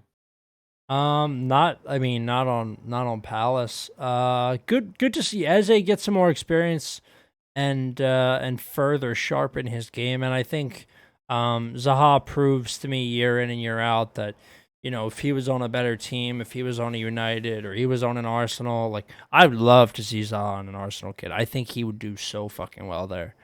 I think he has the right mentality. He's too much of a hothead. Yeah, I think. I guess that's part of why he's still at Palace, right? That's why teams aren't willing to pull the trigger because I think talent wise, if you don't consider his mental baggage or whatever you want to call it, um, he's really solid. He has a ton of talent, a ton of skill on the ball. Can play him on the wing, can play him up top, play him in the midfield, attacking going forward. I think he has a lot of value, and I'd be curious to see what he would do in a team with players who can do more because that this Palace team year in and year out is they're like the Oakland Athletics Moneyball of the Prem. That's how I see Palace. They're like a perennial contender, not contender, but they're always going to give you a fight to stay in. And they're just kind of scrape by. They're more run like a business by Steve Parish than a football club. Yeah, I totally agree with that point. Moving on, 13th, we had Wolverhampton as I punch my mic. It's okay. Wolves, one of the ones we had really off here. Ah. You had them finishing 7th. I had them finishing 8th. We thought they were going to have another solid year, like the previous two. We were totally off. You had to say they were a solid squad. I had to say Ruben Neves only scores screamers. It's That's what true. that I remember that. I thought about that the other day. That is true. You did say that. he was joint top goal scorer with 5 with Pedro Neto. Mhm. Um, yeah, I don't think any were like top screamers. Even though one of my goal of the year contenders was from a Wolves player. Was not him though. Pedro Neto led the team with 6 assists. Key signings: Kiyan, I can't pronounce it. Huiva, The Dutchman, 11 mil fullback. Nelson Semedo on the other side, 33 mil from Barca. And their big signing, Fabio Silva, 18-year-old from FC Porto, $44 million. I Yeah. think he only scored 3 goals this Yeah, year. he's a fraud, that cat. He's not very good. I wouldn't call him a fraud. He's 18. He kind of got thrown into the mix. He wasn't. They thought he would be groomed by Raul Jimenez. They didn't think he'd get as many minutes. He did finish with 4 goals, which was second on the team, joint with Raul Jimenez for the time he did play. So yeah, I mean their key thing was goals, which key departures: Diego Jota, $49 million; Helder Costa, another winger, 19.5 million; Matt Doherty, 18.5 mil. Finished with a net negative 4 mil in the transfer budget. So like they cleaned up their books there with what they did, buying and selling. Um, Business wise, they kind of finished there, but they just didn't have the quality that they did in the past, creation wise. With Doherty whipping balls in, with Diego Jota being like a 3-headed monster up there with Podence and Raul Jimenez, and then they had Neves and Moutinho in behind, also being a year younger Moutinho. So it's hard to year after year if you're not one of those top teams that are constantly bringing in the next best player in the world. You're having to dig deep out of your academy or take chances on guys that haven't had a chance in the league to really make their stamp. It's tough to consistently finish with the big boys. So I definitely, I mean, looking back, it's obviously easier, but this eventually was going to happen to Wolves. Yeah, I mean, this was an underperformance, like you've said. It comes down to Jimenez for me. That's actually the only thing that matters. He was the heart and soul. He was the scorer. He was the guy that everybody looked to, and because he was that really strong target man who even had a little bit of pace and style and flair in the bag, he opened up opportunities for other guys like Traore, and like those other pacier Portuguese players to just open things up and get in on the flanks. And they they played a buccaneering style of football behind the guy that I'm fucking Nuno, who I literally already forgot who he was, because he'll just go back into obscurity now. It's what happens. Um, you know, when they had Jimenez in there, they could afford to play that style, and when they lost him, they lost their identity, I think. Yeah. Last season, he was really one of the guys, him and Jota. Well, that's another thing that we can't forget about. hmm What a deadline signing by Liverpool, signing of the season for them, maybe. Um, hmm Up there. yeah, so losing Jota and then losing Jimenez, that's it. Um, when that happened, there would have been no way for us to understand that Jimenez, excuse me, would go out and to none other than David Luiz. But Yeah. there would have been no way for us to know that. So No. we guessed eighth, ninth, and we were off. But this was one of the teams where I was just way off. That's all. Yeah. Moving on to 12th, we had Newcastle. This was another one you got one off. Solid. You had them 11th. I had Newcastle 14th, so only 2 off. So we were in the right area. Um, they averaged 41.6% possession, second lowest. Goal differential -16. Callum Wilson top scorer with 12. Also led the team with 5 assists. He was one of their key signings, 24.5 mil. Jamal Lewis, left back from Norwich, 18. I said earlier, Jeff Hendricks on a free. They also got Ryan Frazier on a free. And then obviously, pretty much the guy that locked up their 12th position, Joe Willock on loan from Arsenal in the winter. Uh, Departures, the only ones really that were on there was Yedlin to Turkey, Galatasaray, and Mm-hmm. then Rolando Aarons to the championship. I didn't even know he was still at the club. He's been there so long. Yeah. But transfer wise, they had a negative $42.5 million spend. So the books, they did not do well there, but not nobody's really looking to buy any players from there besides St. Maximin and Callum Wilson at this point. Yeah. The only things we had to say was you said Newcastle were going to be a relegation survivor, which you weren't wrong. At the time, they were really at They that were spot. close. Yeah. So you weren't wrong there. And then I didn't really have anything to say about them, but Yeah, I mean, they did have problems towards the end of winter, early spring window with Steve Bruce and the style of play they had. They obviously had injuries to their most dynamic attacking players, with Wilson picking up a hamstring issue for 8 weeks, and then Saint Maximin as well with ankle issues. So really having to dig deep and have to go very far in the depth chart to field the team, and it just didn't work for a while. But um, what did you think of their season? Obviously, I'm sure you have something to say about Joe, Willock, and probably shit on the Longstaff brothers as well. No, I'm gonna let the Longstaff brothers get off. They did all right, managing to get Newcastle into 12th. I mean, it's decent. That's where they belong. That's just the kind of club they are. I know I talked about Palace earlier. Kind of similar. I see them in the same light. And Newcastle had a couple good grindy results. They really got steely when they needed to, and they even kept it close with some of those bigger clubs. I mean, they had a 3-4 against City. They had they won against Leicester on May Yep. 7th.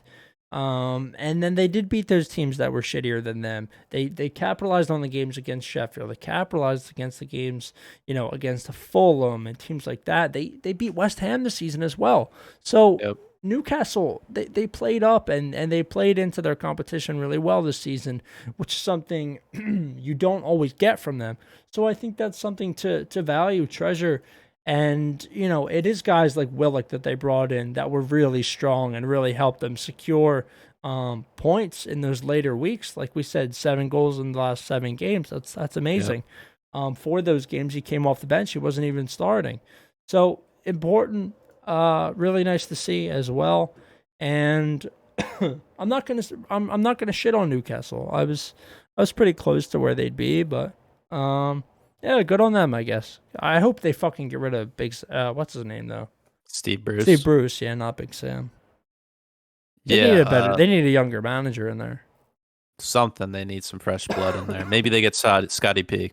Oh my god, dude. That'd be fucking huge. Give him around two. That'd be huge. I mean, we can always dream, but Yeah. from 12th to 17th position, there was only 6 points difference, and then there was a massive jump from 12th to 11th. There's a 10-point gap there. So this is the difference between quality from this two segments of the table.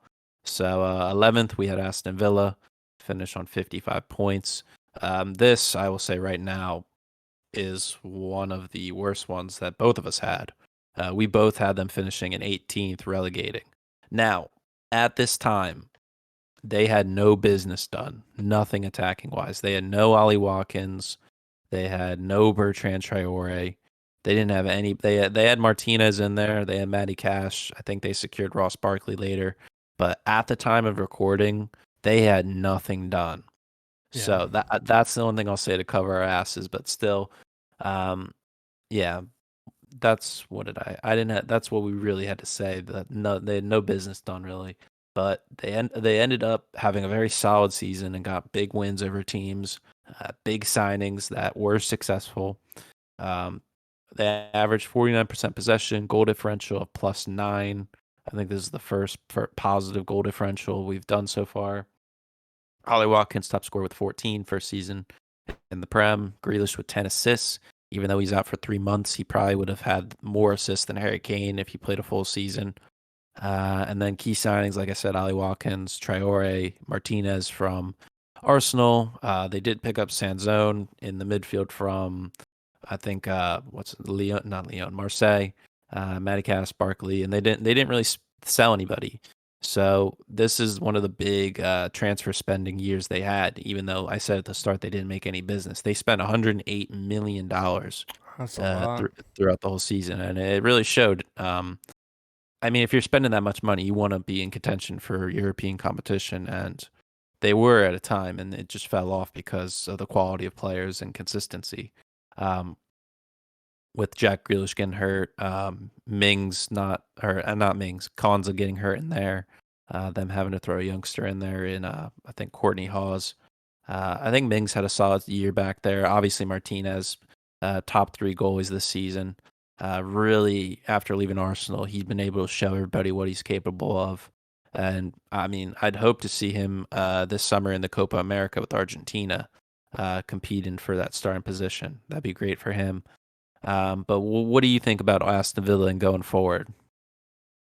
Well, I think now the thing is, if they're gonna keep Grealish and really kind of try and build around him, maybe get some younger guys in. They do have Watkins, like we said, that's kind of big. You have two, England call ups there in that team, good quality players. I think the expectation for them goes up certainly. You and I think a lot of other teams were predicting them to be in that latter half of the table, and they Totally. overperformed. I mean, a mid table finish for Aston Villa. They're a small club. That's the nature of it. They are a small club, and a mid-table finish for Aston Villa is a good result. Just like Newcastle, I have nothing to say but good things here for Villa. I think it was an overperformance, really. Yeah, I mean we were how many slots away? We were Seven each. that's a lot. That's a lot.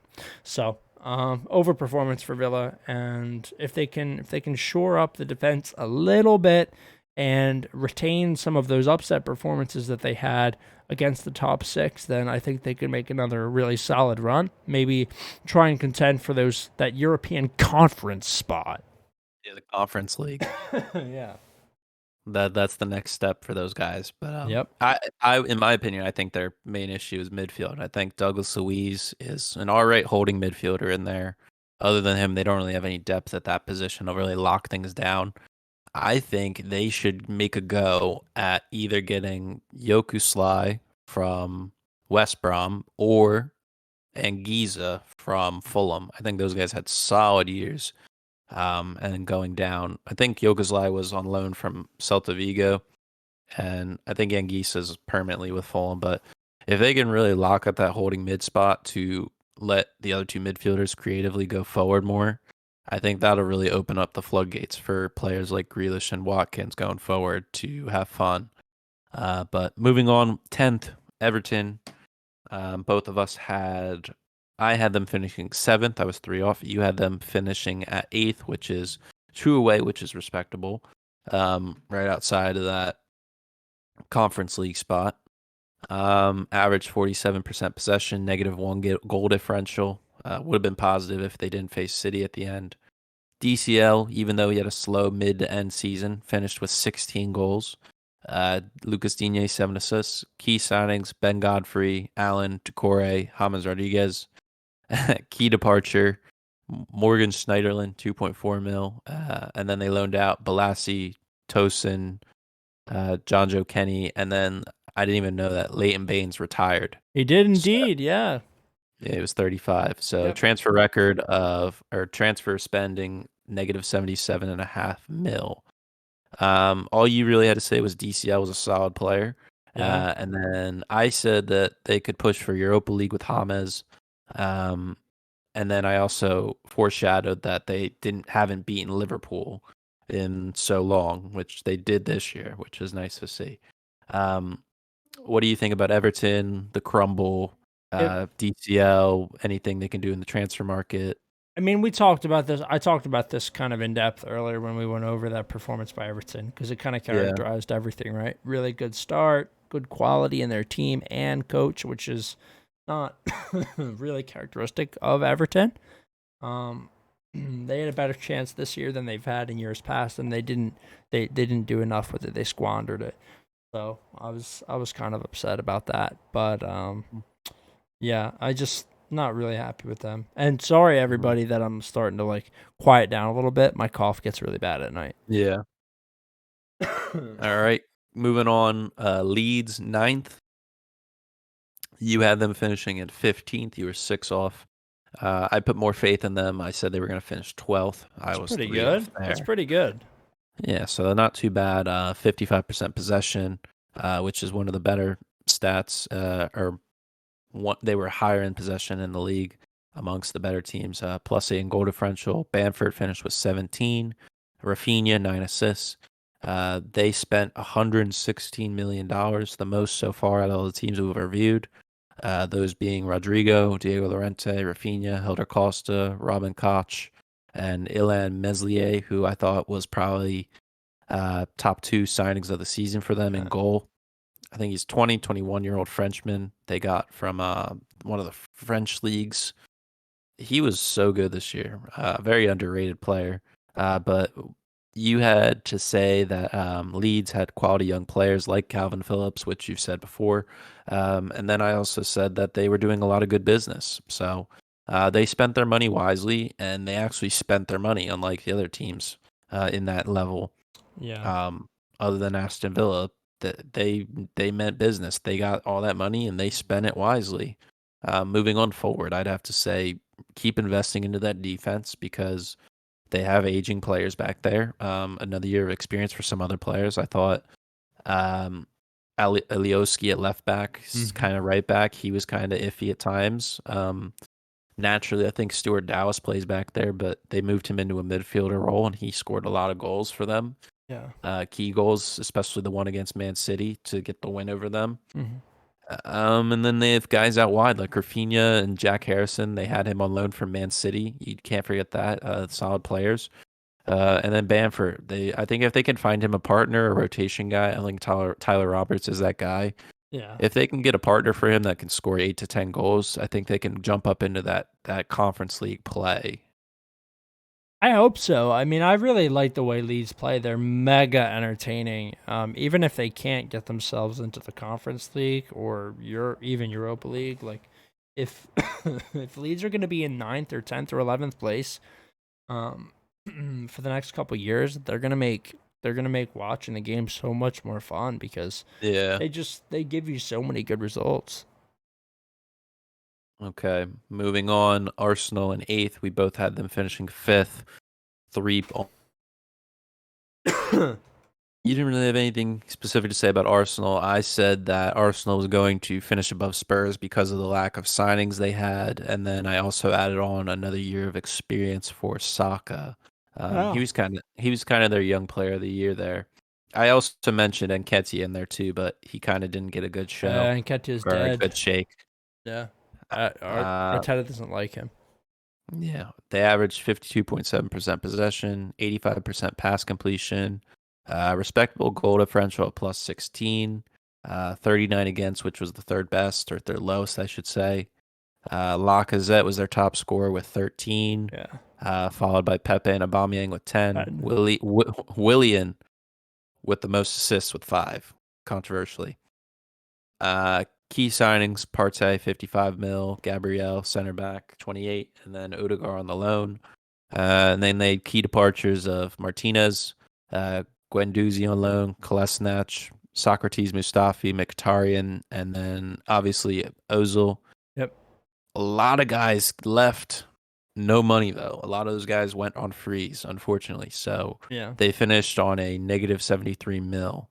Obviously, a club like Arsenal can make that back um, through merchandise, through tickets, through events, and all that stuff. So yeah, not as bad for them as the smaller clubs that have to really gun for it. yeah. But I mean, you can really harp on their season overall better than I can. So, what do you think about Arsenal's season overall? Where do you see them moving forward now that they're not playing in Europe for the first time in a very long time? And I guess other plans they might have. Well, as for where I can see them moving forward, I think not being in Europe is big for Arsenal. I think that's going to be very important. I think it gives Arteta more time with the team. I think it gives them more time to just focus on the Prem and getting themselves back to where a team like Arsenal should be. Because eighth is not something that's sustainable for a team like Arsenal. I mean, I know that we've seen dips in form for other solid clubs. Even Chelsea in years past have finished down south. The year where Gus Poyet had to come in, I remember that well. But it can't happen a couple seasons in a row.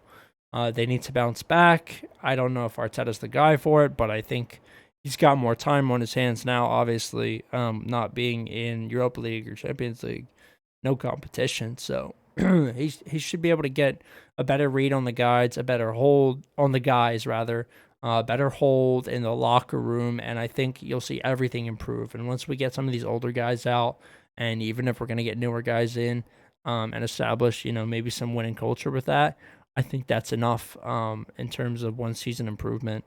So I'm just hoping next season that we can get the mindset right, and then maybe the next year, when Partey is kind of developed, I think a little more too in that team as a defensive leader.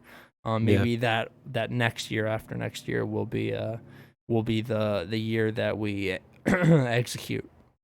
Yeah, well, Arsenal haven't finished in the top four for the past 5 seasons, and last year they did finish in eighth as well, but they got away with it because they won the FA Cup, so that put them right into the Europa League. So should be interesting to see what business they can manage to do and what players they can lure into the club with the reputation they have with having high quality players like Aubameyang and Lacazette and Right. stars, upcoming stars like Smith Rowe and Saka and Martinelli can really see what they can pull. But moving forward, the arch rivals Tottenham in seventh, right above them, 1 point. We both had them finishing sixth, so we were one off there. Tottenham 51% possession, plus 23 goal differential. Harry Kane, top scorer 23, won the goal to boot. Most assists with 14, also most assists. So you can't really ask much more out of a player than that, finishing first in both categories. They did a lot of business. If you look back, Lo Celso, Reguilon, Doherty, Hoiberg, Bale, and they didn't really sell anybody besides Kyle Walker-Peters and letting Vertonghen go on a free to Benfica. So a negative 107 mil spent. You didn't really have anything to say about Spurs, and then same thing as with Aston Villa. I said they didn't really sign anybody at the moment. I didn't recognize any of these players really, so a lot of defensive players even that there with Lo Celso and Hoiberg as holding mids, Doherty and Reguilon being attacking fullbacks, and then obviously Bale there, trying to turn the clock back, which he kind of did. Um, 11 goals in 20 matches, which is very good. Hopefully, he doesn't retire for a fan's sake because he's a quality player still. Obviously, that depends on his interest with golf and whatnot or whatever Yeah. is going on in his head. But overall, I think it was a pretty poor year for Tottenham with the Mourinho effect. Mourinho ran his cycle on the club and was forced out, and Ryan Mason at the latter stage did what best he could, but couldn't pull through with finishing top six. Um, what do you think about Tottenham? What do you think about the Harry Kane saga? Can they keep him? Will it affect the morale of the team? Maybe Son decides maybe I don't want to stick around either. I want to win something too. I haven't won anything here either. Is that going to affect the team locker room and the chemistry, or do you think it's just Harry Kane trying to get more money out of Tottenham? Well, I think a couple of those things I'll try and kind of discuss in unison, but Yeah, the whole leaving thing for Bale and for Kane, I mean, together, I think is just indicative of what Tottenham are right now. They don't have a really strong club identity, and while they do have one of the biggest fan bases in England, and they're a top six club, they just don't have the owner one with Levy. He's yeah, awful, right? He's horrible, and they don't have the identity as a winning club, and they are not going to be. And you're going to continue to see players leave like this. Kane leaving is going to be the first one, and then you're going to see the rest of them follow. I think. yeah. So Trickle effect. yeah, and you know how much Kane's worth. You know how much Son could be worth. This season maybe was a little bit of a slower year for him, but they've certainly both exhibited their worth. So I just I think Tottenham are now heading towards a really dark time, and you are going to see Kane leave. And I know they're reaching out for Pochettino, but there's no way. There's just no way. And I know they just a couple hours ago established contact with him for the first time, but I do not see him coming back. And if you don't get Poch back, then you don't keep Kane. You don't return yourself to winning form like you were under Pochettino.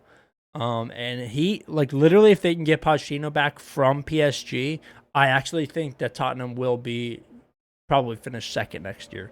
If they don't, there's Really? no way. Yeah, dude, he fits Something about Pochettino fits Tottenham so well. They perform so well with him.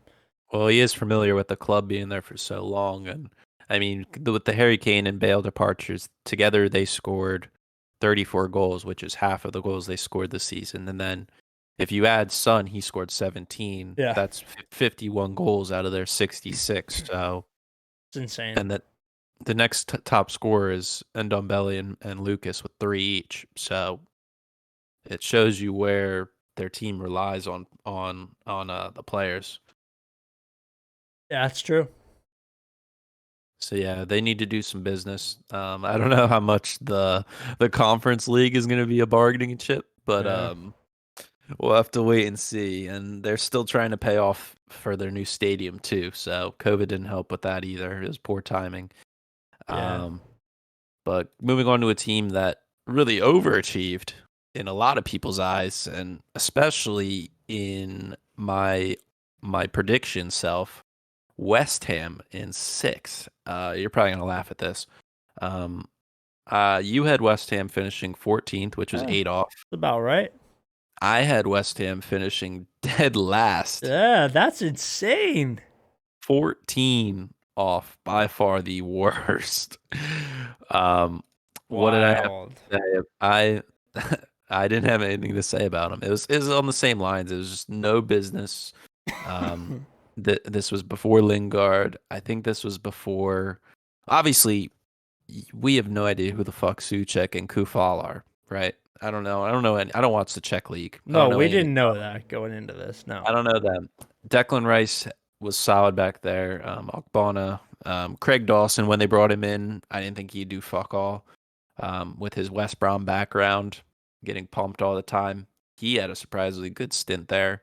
Yeah. Um, and then guys like Ben Rama coming from Brentford. I did know about Ollie Watkins and that, and Ben Rama did have good moments, but he was very creative and decisive going forward. So they really shocked a lot of people. They only averaged 44.5% possession, which was the lowest in the top half teams, plus 15 goal differential. Antonio and Suchek top scorers with 10, Cresswell with 8 assists. And then, like I said, their key signings, all the guys I mentioned. Key departures, Sebastian Haller got some money back there for 25 mil. Diagna for 15. And then, shockingly, they loaned out Felipe Anderson, who I think 2 seasons ago was like their top transfer fee, which was like for 40 million or something. They got him from where'd they get him from? Lazio, I think. So Yeah. negative 9.5 mil spent. So they kind of evened out there. Um, top 6 for them is wild because they haven't done this in what is that? 5, 6 seasons? Yeah. It was the same season as the Leicester season when they won. So, I mean, is there a way West Ham can keep all these players, No. or do you think they're going to get plucked off a little bit? I think they're gonna lose some of them. I think they'll retain some as well, but um I don't know if this is realistic for us to start expecting this from West Ham. Um, No. I don't really see a way back like for Tottenham right now without Poch, but I don't think West Ham are the team that are gonna slide in with that big 6 thing. This is also assuming that Arsenal somehow become good again. I don't know Yeah. why I Yeah. do Right. that, but um, yeah, we'll have to see. I think this was certainly an overperformed season for West Ham and Moyes. I mean, we need to give him credit, but Moyes and some over performances from Lingard, who just became Lingardinho, Yeah. for 10 of those weeks, 5 of those weeks there. That's what got them up here. In the grind portion of the season when everybody else was dropping points, West Ham were picking them up. So, Hmm. yeah, really, really fun to watch though as well. And before we move on to Leicester, what I'm gonna say is you and I need to just next week do our awards because this is long. This is so fucking long. I don't think we've ever done a show like this. Well, how long is it right now? It's already 2 hours long. Is it actually? Yeah. Fuck. So we'll have to save them or do them like separate because just gonna be too much for people to listen to at once. I think. All right, then I'll cut shit even less. All right, Okay. Leicester in 5th. Top scorer was Vardy with 15 goals, 9 assists, also there. You had them finishing 10th. I had them finishing ninth, so we thought they were going to be subpar. Yeah. They shocked us there, plus 18 goal difference. Big signings in Fofana and Castagna in the back. Key departure, Chilwell. Uh, Yeah. 70 Pretty mil. even there, and pretty evened out the books there. You instantly said Leicester Europa League question mark, and then what you would follow say there was the aging defense, and then a lack of big money. So they kind of covered your first point there with the signings of Fofana at center back. He's 20, and then Castagna as a right wing back, 22. So they kind of got some youth in there to fill in with Johnny Evans and Suyunchu. And then what I had to say with Leicester was, are they going to have the COVID restart crumble kind of thing? And then will they lose key players? Which I don't think they did. They kind of had a breakout year with players with James Madison, Yuri Tillemans, um, Fofana the first season, Castagna at a time, Right. Ian Ancho. So the pressure wasn't all on Jamie Vardy and Schmeichel in the back and Evans. There were other guys to rely on. Harvey Barnes, you kind of forget about him because he had a very big injury a couple months ago that sidelined him the remainder of the season. So Brendan Rodgers, I think, is up there for manager of the season, top 5. He won't win it. Previous with West Ham, I think Moyes is up there too. Both clubs did very well to break that top 6 and kind of put a dent into that Super League talks because two of those teams that were involved in it didn't finish above these teams that were excluded. So that's good for them. But I think I think with the season they had, you would think at the start Europa League for Leicester is good. That would be a solid season for them. But Yeah. they were in top 4 for the longest time. They were in third, second at one point. And I think it was kind of a bad season for them. They should have finished top 4. Yeah. That's probably true. Um, it's the choke job, right? Same as last season in Project The Restart. the crumble. It's the Leicester City crumble. Truly, the Leicester City shuffle at the end of the season. It all just falls apart for them, and Yeah. it's crazy because they're the team to capitalize on underperforming, against underperforming top 6 clubs and obviously small mediocre clubs as well in the middle and early part of the season. So it always takes a little bit for Leicester to heat up. They're super sharp, like inferno hot, and then they cool off the end of the season. That's 2 years in a row now. Yeah. Kind of a worrying trend. Yeah, I don't know what Rodgers is going to have to do to finish the year strong. He might have to incentivize the players in a way. I don't know, with like a trip to Mykonos or something wild. But they're going to have to figure some shit out. Moving on, fourth, we had Chelsea. I'm going to say this with our predictions. We predicted the top 4 correctly. Not We in the did. exact order for all of them, but we picked the top 4 correctly, Yeah. which, if you think about it, was not very hard to do if you have any soccer IQ. Yeah. But Chelsea filling in that 4th spot. Um, I had them finishing second, optimistically, and you had them finishing third. So you were pretty good there. 58% possession, 87% pass completion, second in the league, plus 22 goal difference, 36 goals against, second lowest. Hurts me to say Jorginho top scorer with 7, all penalties. Timo Werner 8 assists. Obviously, we had the biggest activity in the transfer market. We spent 207 mil, accounting for what we made back in departures. Havertz, Werner, Chilwell, Ziyech, Mendy, Thiago Silva. I think Saling Sar or not Mar something. We Right. loaned him out. Solid French center back, which is a lot of clubs are doing now. Key departures: we sold up Morata, loaned Bakayoko, Tamori, Willian Pedro on freeze. So yeah, negative 207 mil spent from Big Frank. You didn't really have anything to say specifically about Chelsea. I said they were going to finish high based off of transfer market activity, and I also made the point that Lampard can have a lot of variety in his team selection, which he kind of did at the start. He was trying to find that correct mold. You kind of saw the interchanging of Alonso and Showa at the start in that 4-2-3-1, which he played a bit. Sometimes they played a 4-3-3. Right. Um, And then when Tuchel came in, they did the full transition to a 3-5-2, 5-3-2, whatever you want to consider that. Um, or actually, well, like mainly it was a 3-4-3 at times. It's hard nowadays because managers kind of keep the team fluid. It's not one structure the entire game. It's like when they attack, the wingbacks push up really high like normal wingers, and the attacking wingers turn into inside forwards, and then defense they kind of go back. So it's an interchange in formation. But I think overall, if you want to, largely depending on Saturday's result, if we win, it's a solid year. Yeah. Uh, Anytime you win the Champions League, it's a solid year, regardless of where you finish in the league. But Yeah, I agree. if we don't win the Champions League, I think it's a mediocre year. Good signs because having a manager change and having to adapt to the styles and all that, still finishing in the top four is nice. But Yeah. for me, predicting them to finish second, competing with City and Liverpool and that, it's a letdown. But now that I'm seeing the guys we brought in, how they're gelling, Kai Havertz still kind of filling his way in. Timo Werner, we did say, I think in the previous show or the one before, like he's had 27 goals if you don't consider offsides and VAR, and then half of them counted. So he's an integral part to our attack. Pulisic, Mount's been my player of the year for the team, and the team agreed. He got the player of the season for them. Keeping Thiago Silva for another year is nice, just having that Big. experience.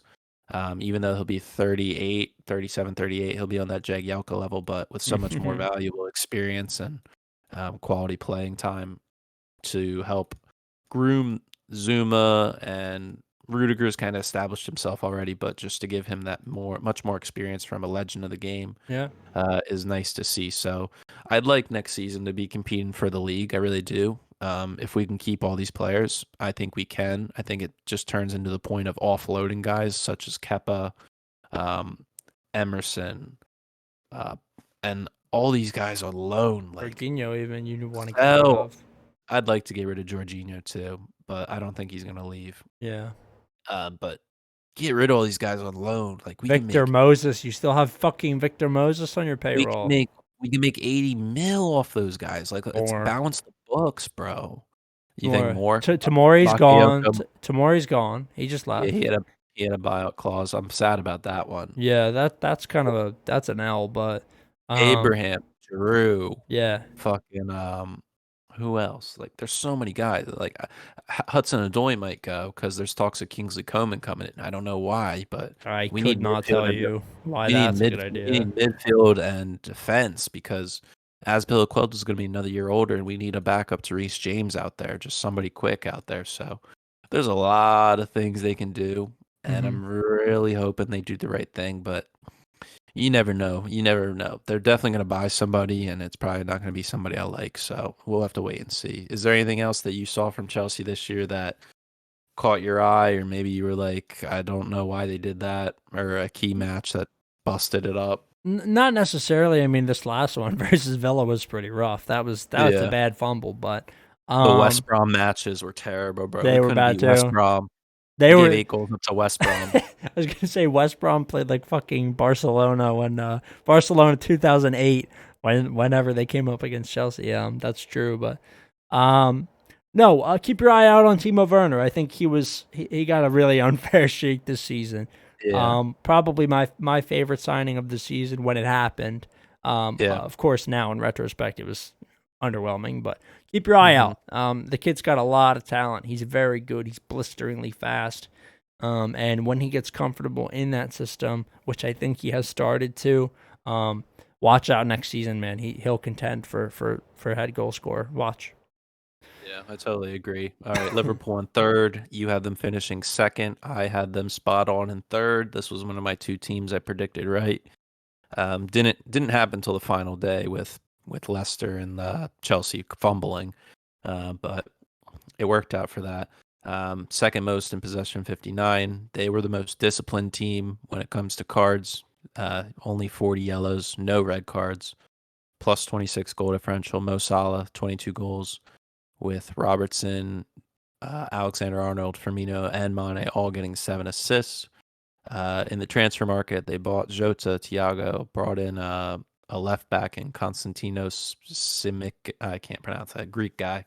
Ben Davies, and then they loaned Kabak, and then they sold on Brewster, Lovren, and then Klein and Lalana on freeze. Negative 43 mil spent.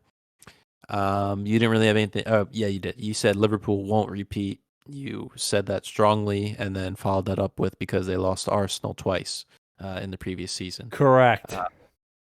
Liverpool obviously going on the lines with we were talking about the injuries and that we never predicted Van Dijk, Gomez, the whole center back collapse there, and then also with midfield issues with Fabinho.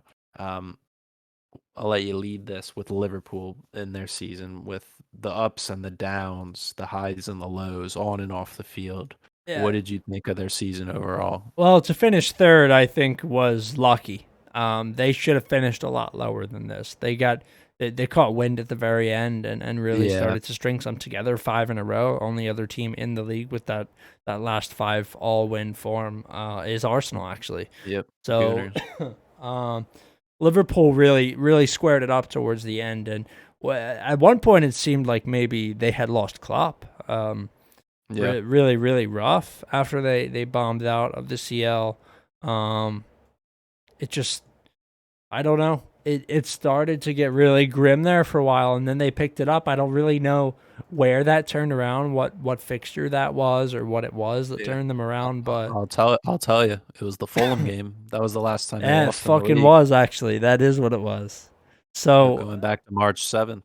So after that, they kicked it into high gear and just were very good from there on out. So mental toughness certainly was a falter. Had some COVID woes. It looks like you saw that in all kinds of sports. So to finish third, I think was good. But I was right. I knew they wouldn't repeat. They just didn't. They didn't have it in them to repeat, especially against the two budding teams like City and United. But yeah, I don't really have anything else to say. Yeah, that's fair. All right, moving on. Second place, Man United. You had them finishing. We both had them finishing in fourth, so we were 2 off. We both thought they were going to fall off and be frauds and all that. You didn't have anything to say about them. I mentioned the signing of Van de Beek, and I mentioned that he will play in front of Fred. 100% wrong. I did not see that. You can play anywhere. They were pretty reckless with cards, finishing third most with 64 yellows, positive goal difference of 29. Bruno Fernandes, 18 goals, 4. I think I saw here, what was it? 9 of them were penalties. So I don't know how much you take that into consideration for his goal tally, but when he did score from open play, they were dimes. Yeah. He also led the team with 12 assists. Key signings: Van de Beek, Amad Diallo, Tellez, Cavani. Key departures: Smalling, Lingard, Fosu Mensah, and Alexis Sanchez. They got rid of, sold him to Inter on a free, negative 72 mil spent. Very good year for United, I think, finishing second. Obviously, winning the Europa League would have been nice too, just for the players to have something to celebrate and have an actual physical trophy.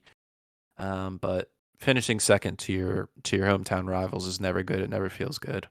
So, as a United fan, if I would be disappointed in a way. But I don't really know what else to say other than that. Is there anything else you could add on there? I mean, not really. It was just There wasn't much to talk about. Like, Bruno had his performances, and there were at times that he grabbed the team by the fucking scruff, yeah. by the scruff and drug them across the finish line. Which is, I don't know. That's something really fantastic to have in a club captain.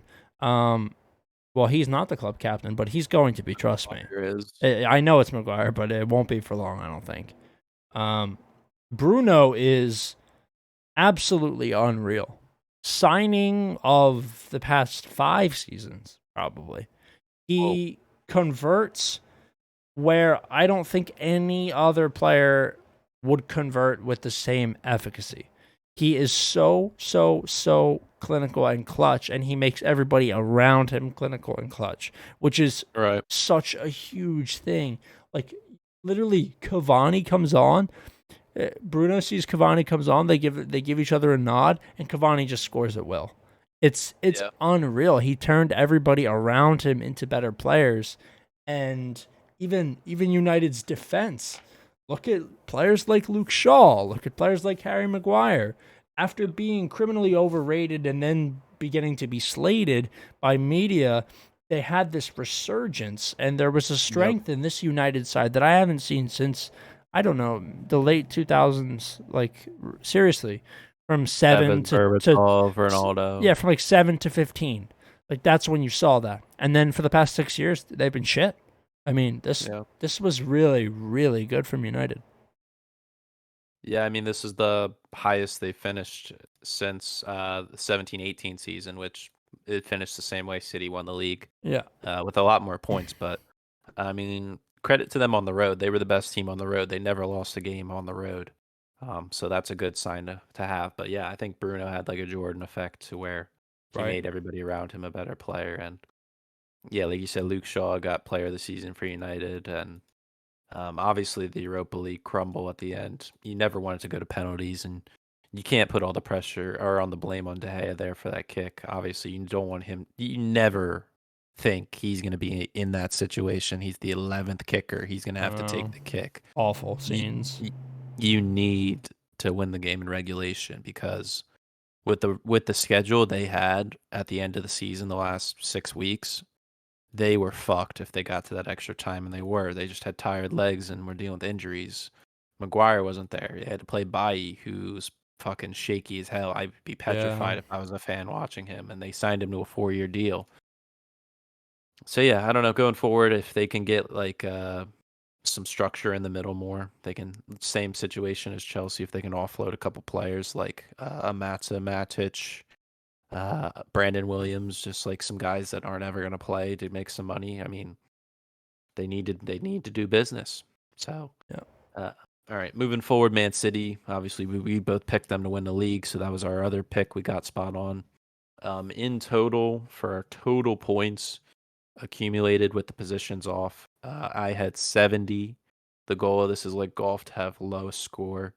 You had 66, so you beat me there. You had 4 better than me. Nice. Um, criminally on the West Ham pick, I lost. But Yeah, pain. yeah, but I'm not gonna say it happens. You should never get a team 14 off. You're a fucking idiot if that that happens. So yeah, I'll be an idiot. we couldn't help it, dude. 14 off though. Yeah, that's pretty fucking bad. It's pretty bad.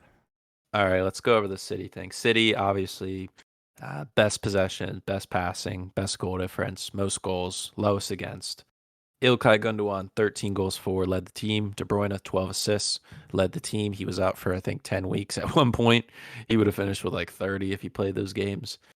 Key signings, Ruben Diaz, Nathan Ake, Fernan Torres for a total of 150 mil there. Key departures, you kind of forget about this. They sold Leroy Sané, who was an absolute baller, to Bayern. Otamendi, and then club legend David Silva on a free. So negative 118 mil there, which is like $10 to us for Man City there. But yeah, I mean, we didn't really have anything to say about them there. The only other thing I had to add was that I don't see someone winning the league by 18 points, which I was kind of wrong because they won by 12, but it wasn't 18. Um, there's nothing really you can say here other than just a well done performance, really. Yeah, yeah. I mean, this was masterful. This was truly one of the most masterful seasons I've ever seen. There was like, excuse me, 20, 25 games in a row that they just won and that you were never worried about them losing. Yeah. Pep, masterclass, got the absolute best out of his players, squeezed things out of guys that I thought were long gone. Gundogan, probably my most overperformed player of the season. Even when he wasn't scoring and assisting, he was so solid every game. Every game he stepped on that pitch, he was solid. And I thought his career was over. But Pep managed to squeeze so much out of so little, and the missing of Aguero for most of the season is huge. I mean, they went on this run playing guys that don't normally play. Jesus stepped up. Phil Foden stepped up. He's like fucking 4 years old and he stepped up. It's huge. It's insane what Pep got out of these guys, and I think you have to give him his fair share. I don't want to just say good on the players, although I do want to say that, but you have to give Pep this one because that's where this comes from. They had 7 players finish with more than 6 goals. That's awesome. Sterling had 10, Mahrez, Jesus, and Foden all with 9. Fernan Torres 7, his first year with the team, and then De Bruyne with 6. So the goals were spread out. They scored a lot of goals, obviously with the style of play they do, which is tiki taka, and they've kind of mastered the false nine in the Prem, which is something that Pep's carried out from Barcelona with Messi. Obviously, nobody's going to top Messi in that position, but Yep. they interchanged Sterling in there, Foden in there, De Bruyne in there, Bernardo Silva in there, Fernan Torres in there. Like anybody they put in there did very well.